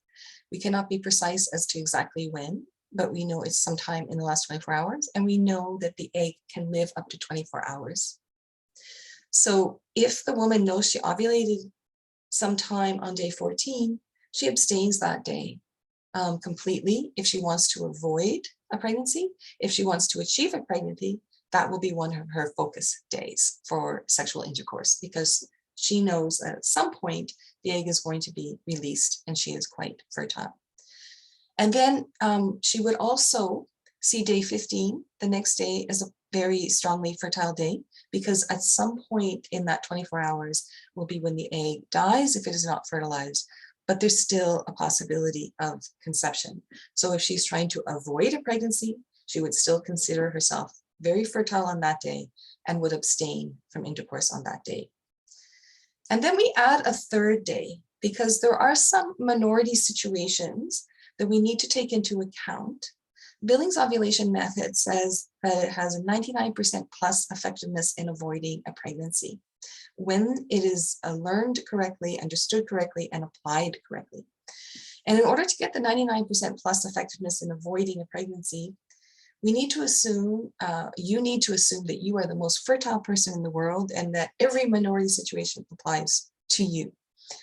And so we know that sometimes the egg is not released within 24 hours, it's released within 48 hours. And so if you were to be part of that camp, you would need to add that third day of 24 hours to postpone everything by 24 hours. We also know that multiple eggs can be released, right? We've seen twins and triplets that are not identical. That means multiple eggs have been released in the same cycle and fertilized in that cycle, but they can only be released within a 24-hour window. So in that case, we would add a third day in case one egg was released on the 14th and another egg was released on the 15th. We would need to give that 24 hours for that egg to live and die in order to be sure that you were not able to conceive. After the 3-day count, then the woman is considered to be infertile until she begins her cycle again with the next bleed. One of the things that I personally love about the Billings Ovulation Method, and that I often say when I'm teaching, is the flexibility in the method. We all have different times in our life where we're very eager to conceive. We're looking forward to having a baby. We want to have a baby, and we're disappointed, discouraged, and frustrated if it's not happening. So it's really wonderful to have this information to increase our chances of conceiving. But we all have times in our life, like the many stories we heard today in the presentation, that this is really not a good time to conceive. And we want to go for that 99% plus effectiveness that we see in the statistics. We do not want to get pregnant this cycle or at this season in our lives. And we all have many different reasons. It doesn't have to be that we're a refugee stuck at the border. It could be that we've recently had a child and it's not the right time. It could be that we've become financially unstable. It could be that we're having relationship difficulties, that we have health difficulties. There's all different times in our lives where we may feel absolutely certain that we really need to be confident that we cannot get pregnant. And we would follow these guidelines to the T, and we would have the help of a teacher with us if we so desired. And there is never any charge, by the way, for a Billings ovulation teacher for the instruction or for the accompaniment. So it is accessible to all. But there are many times in our lives where we may not be one or the other of those extremes. We're not actively trying to get pregnant, eagerly looking forward every month to find out the news. And we may not be absolutely needing to avoid. We might be somewhere in between. And so the Billings Ovulation Method, unlike methods of contraception, offer us that in between. We might avoid day 14 and day 15 because, yeah, it's not really the best time to get pregnant, but we may choose to make love on day 16, knowing that there's a chance we might get pregnant, but okay with that. We might even choose to make love on day 15, again, knowing that there's a good chance that we might get pregnant, but understanding that. And the same thing goes for the other end of the cycle, that the Billings Ovulation Method teaches that as soon as there is signs of fertility, in order to avoid a conception, there needs to be abstinence from sexual intercourse, from genital to genital contact from that beginning of the signs of fertility to after the peak and for the count of 1, 2, 3. But you may wonder why would we need to abstain on day 9 or day 10 when the egg is not even on the scene? And that is because we know that when the fertile mucus is present with different properties, it helps to nourish sperm. One of the roles that this mucus plays in our fertility is to keep sperm alive, to help as a transportation aid to sperm, basically to help women get pregnant. And so if there was an active intercourse on day 9 or day 10 or any of those days, the sperm could actually live in the woman's body, being nourished in the, with the properties of the fertile mucus to be present when the egg arrives on the scene. So this is when we really look at couple fertility rather than individual fertility, because every couple will match up differently in their fertility. So whether a couple could make love on day 9 and then get pregnant when ovulation occurs really depends on that particular couple. Some couples, it may not be possible at all. Other couples, it may be absolutely possible. And so again, there is that kind of flexibility that if you're in a space in your life where you're really absolutely trying to avoid, you would follow the Billings guidelines and you would abstain from day 9 on. But if you're a space in your life where you're not really sure, you're open, you want to have fun, you want to experiment, you might choose to make love on the first couple of days of the fertile signs appearing, knowing full well that there is a chance that you could conceive. And so there we see a seamless method of family planning to help us achieve, to help us avoid, and to help us when we really don't want to be driving the bus, but would rather go with the flow more in terms of the harmony in our couple and how our bodies are working naturally.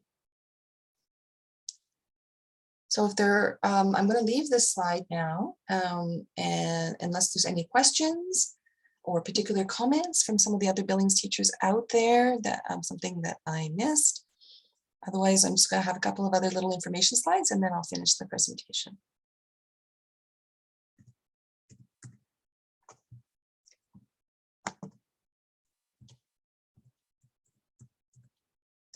So there are many studies that have been done with the Billings Ovulation Method. This is one that I'm quoting here. It was done recently in the UK with the National Health Service there, but there have been many studies done. You can find them on the WOOMB International website. Basically looking at, the equivalency of women using methods of contraception that have traditionally been seen or are currently seen in the mainstream as the most reliable methods of family planning. So the pill, implant, IUD, etc. And they compared women using natural family planning with women using those methods, and they found them to be equal. And statistically, both of them is just shy of 100% effective. So the pill and those other methods are between 99% and 100% effective when they're used correctly. And the same thing can be said for the scientifically based methods of natural family planning. And also just to kind of fill in a little bit of the biology, how do we know what we know? We have seen mucus under a microscope. A lot of the work that's being done in labs around the world, historically and currently, is on understanding the role of the mucus in our fertility, how it changes, what it looks like, what happens when we have fertility challenges that involve mucus. Are there natural ways to address those? There have been all kinds of advances in this understanding. And here you see this beautiful mucus flower pattern. These are the mucus crystals under a microscope. But they don't only look like that. They look like ferns, they look like pathways, they look like dots. There's all different kinds of mucus in our bodies that look differently under microscopes. And we can learn about this and understand this and see what's happening in our bodies when we follow a full course of fertility awareness-based method of natural family planning, like the Billings Ovulation Method. We had a question in the presentation of why didn't we know this? Or, like, how come this information isn't widely available? And we talked about that, but I have another question. Sometimes I teach this to women and they're appreciative for the knowledge, but they feel hesitant to take that next step to use it as a method of family planning. And so my question is, what's holding us back? How come as soon as women learn this, we don't all automatically say, that they want this to be their method of family planning? And I think it has to do with our norms and our expectations. For the Western world, it feels normal to rely on technology or a pill for anything, right? I remember, and this is kind of an aside, but I remember when I had a serious back injury back in my 20s, and it was totally unexpected. It was an athletic injury, but I didn't see it coming. And I was going to all different kinds of professionals, and I eventually stumbled across an orthopedic surgeon who gave me some exercises to do, and I healed my back. And he said, I'm an orthopedic surgeon, but most of the people who come to me can be healed through these exercises and posture changes and lifestyle changes. But he said, you wouldn't believe how many people, after I teach them the exercises, listen to what's required and then still beg me to do back surgery on them. Because we are so conditioned that we can't heal ourselves, we can't have management ourselves. We're conditioned that we need a doctor, we need a pill, we need technology.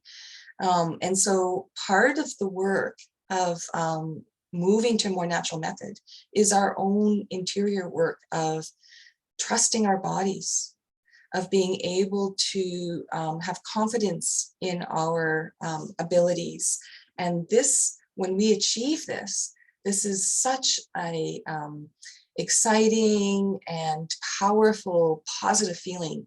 And this is when our partners notice, our husbands notice, and they see us changed, and they want to be part of that change. And this is what we were talking about in the empowerment discussion we had earlier in this session. But it doesn't happen automatically because the mainstream is moving us in a different direction. So we need to make a decision, and we need to really be intentional about taking this step.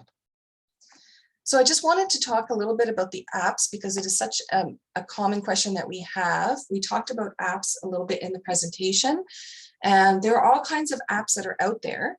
And I'm going to talk about the Billings Ovulation app in the next slide, but I wanted to talk about them as kind of an answer to the previous slide, that yes, it's true that we have this kind of natural inclination, but times are changing.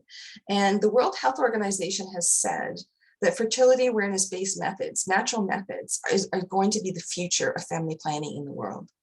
They are healthy, they have no side effects, they are free, they are incredibly accessible, and they are very reliable. And so the World Health Organization is looking at the kinds of situations like we talked about in our presentation today, and are saying fertility awareness-based methods are the answer to that. And one example of that is this app that was approved that has independent of what we would have called natural family planning, that traditionally has been linked to Billings Ovulation Method, as well as central thermal and other methods, that they've used that information to come up with something new that fits with the context of where they're at. And so I like to show this slide, not because we're endorsing it, but because it backs up this idea that we often natural methods are seen as part of the past, but we are actually part of the future. So if you want to follow the Billings Ovulation Method, there are different options. You can chart on paper. That's how I learned 30 years ago. And that I have been also a teacher for almost 30 years. And that's how most of my clients were working, pre-internet days, pre-app days, pre-incredible cell phone days. And so some people still like to use a paper chart. And you can download them for free from the website, they're easily available. But there are 2 Billings apps that are available online, nfpcharting.com and fertilitypinpoint.com, and you're welcome to download those, and you can work with the teacher online with those apps. So those are some of the resources that are available. I'm going to stop screen sharing now. And that's my very basic overview to the Billings Ovulation Method. I hope that it helps you understand more about the method, how it could be something as a tool for you or for women that you work with. Are there any questions or comments at this point? Yes, I have a question, maybe not totally related to your topic, but it also has to do with the overall topic of vulnerable women in crisis, as we have encountered lately the COVID crisis. And I have heard in the WOOMB UN session last year, the usefulness of vitamin D in fertility. And this has also, I have also read in many resources that vitamin D has a lot to do with not only fertility, but also immune boosting mechanism. As a body, the WOOMB International, how does it influence the guidelines that is put out by the WHO? Your specific question is around vitamin D? Yes. And the position how do we, and how do we influence as a body the specific guidelines of fertility or whatever immune system that is put out by the WHO? Oh, so your question is, how do we get this information about vitamin D more widely known and put more into the, you know, how different resources are put together to help women? Yes, I think. Oh, wow. That's a hard one.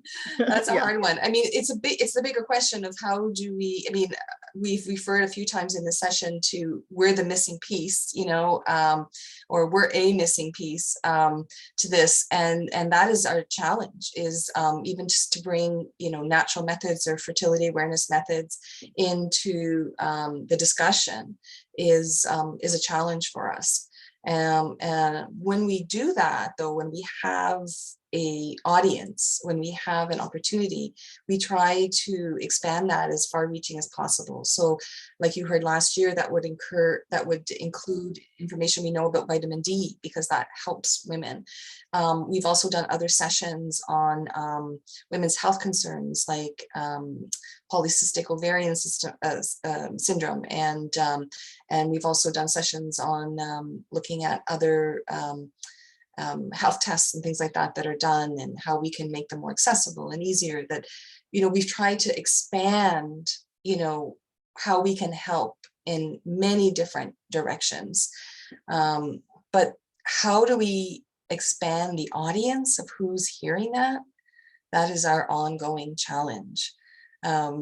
So normally what we do is, you know, we write letters, we apply to do a session at the CSW like we apply to be at other UN conferences, we, you know, join networks, we join other sessions, we ask questions, we make resources available.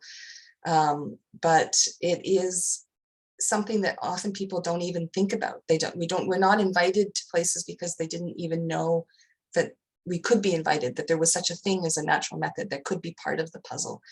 So it is an ongoing challenge. As Allison said, we're still at step 1, which is awareness raising. So I think it's the same thing with the vitamin D. It's, you know, we're at step 1. I don't know if that answers exactly your question, Landina. I don't know if you want to rephrase it, or does that? Yeah, that answers my question, because you see the WHO put out guidelines all throughout the world. And there are, I think these are pertinent information that we should let people know that are available. Yeah. Whether they're going to be followed or not, but WHO is a very powerful health body. So yes, why can we not influence something about their policies? Yeah, that's a good point. Well, the WHO does have stuff on their website about national family planning, but around the vitamin D, that's a really good point. And actually, we'll take that into consideration, in that, maybe it would be an interesting way in to write a letter to ask some of the doctors that have been doing the research on vitamin D and have the case studies to write a group letter to the WHO with their findings around vitamin D. And not only would it help the WHO change maybe the guidelines of vitamin D, but it also is a way to introduce, the benefits of knowing women's bodies and fertility awareness and the Billings Ovulation Method. So that's a very interesting strategy and quite a simple one to do. So I think we will definitely take that under consideration and see if we can do anything with that. Thank you for that suggestion. You're welcome. Kristen or Allison, do you have any other comments on that question? Not on that particular one, but I do see another question about the difference between Billings and FEM. And I can answer that one. So FEM relies very heavily on Billings research. Actually, the doctor that does most of the research in women's endocrinology today is Dr. Pilar Vigil. She has continued the work of Drs. John and Evelyn Billings, Dr. James Brown, and Dr. Odeblad, who discovered the cervical fluid. So she has continued their work. So they've all retired, and pretty much all of them have passed on. Is Dr. James Brown, has he passed away, Monica? Do you know? I know Odeblad just passed away not too long ago. At any rate, Dr. Vigil has continued their research. And so she works pretty closely with FEM. And so the science that underlies the FEM method of charting is the same as the science that we use for Billings. It's the same science.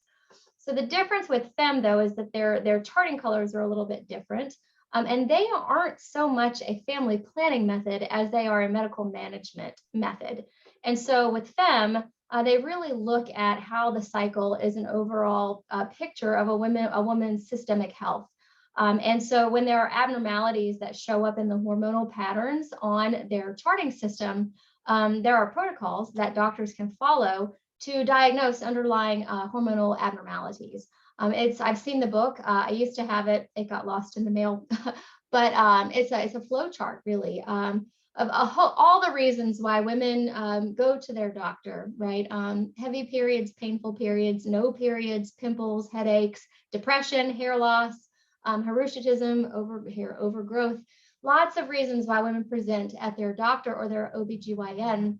And the FEM protocols actually have a flow chart of how to treat these women. And step one in every single one of those flow chart steps is to get her on charting, to figure out what is her natural cycle telling her, so that we can look at the chart to look and see the patterns that indicate luteinizing hormone, it's too high, not too high of follicle stimulating hormone, not enough estrogen, too much estrogen, not enough progesterone. And so when I'm charting with women, again, I teach the Billings method, but when I'm charting with men, I can tell them that I know just from your chart, after we get you charting, I can tell you what's going on with your estrogen, if it's too high or too low, what's going on with your progesterone, if it is high or too low. And also if you have adequate FSH and LH, just by what's happening on the chart. What I can't tell her is if there's a discrepancy, why that is. And that's where the doctors come in, and why it's so important for our medical professionals to know and learn about fertility awareness in medical school and beyond, so that they can look at a chart and it doesn't really, and I'll say that too, it really doesn't matter what chart a woman is using. I know enough about the science that pretty much any chart that a woman brings to me, I can kind of tell what's going on after a little digging, getting some questions, just asking a little bit more information about what's in front of me. So that's the main difference between Billings and FEM. FEM is more of a medical management system, although all of the medical management systems from FEM actually fit all of the fertility awareness-based methods. They're good for all of them, but that is the main difference. And this comment is, FEM's protocols are great for connecting doctors who focus on pathologies with the value of charting, and for their understanding of what to do with a woman's chart and her other non-cervical signs and symptoms. That is correct, yes. So we've got a list of doctors who have been trained in the FEM model, and also the diagnostic protocols, so that it's beyond family planning. And I'm from Louisiana, and we say lagniappe is a little extra. for me, the bigger news is the medical applications. Family planning is a little extra. It's just a little lanyard. It's, you know, it's what you can do with it, what the normal, just everyday woman can do with her chart.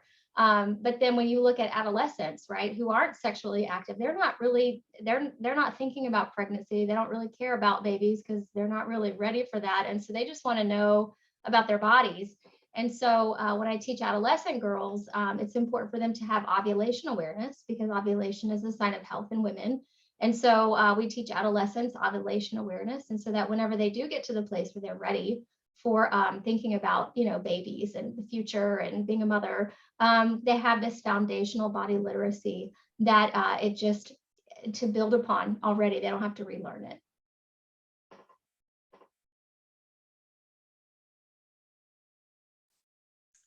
Thanks, Allison.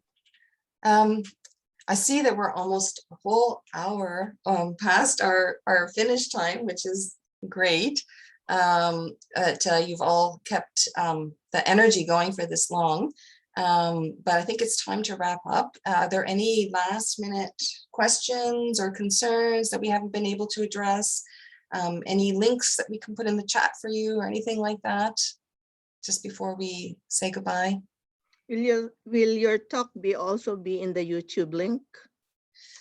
This It part? will. Yes, Yes. it will. This whole thing. So what happens once I stop the meeting, or once we finish the meeting and it stops, it has to buffer and save in the cloud. And then I have to get on and like transfer it to YouTube. That'll take a few hours. I'm hoping to have that finished and ready on YouTube by about 8 o'clock Central Time, PM tonight. But it depends on my internet strength and speed and all those things. So it may not be until tomorrow morning. But right when we stop this meeting, I'm going to start that buffering process. And step one of just getting it in the cloud. And then I have to upload it to YouTube, and then YouTube has to do its magic before I can actually make a link. But it will be done as soon as we can get it up. It will be on the YouTube channel.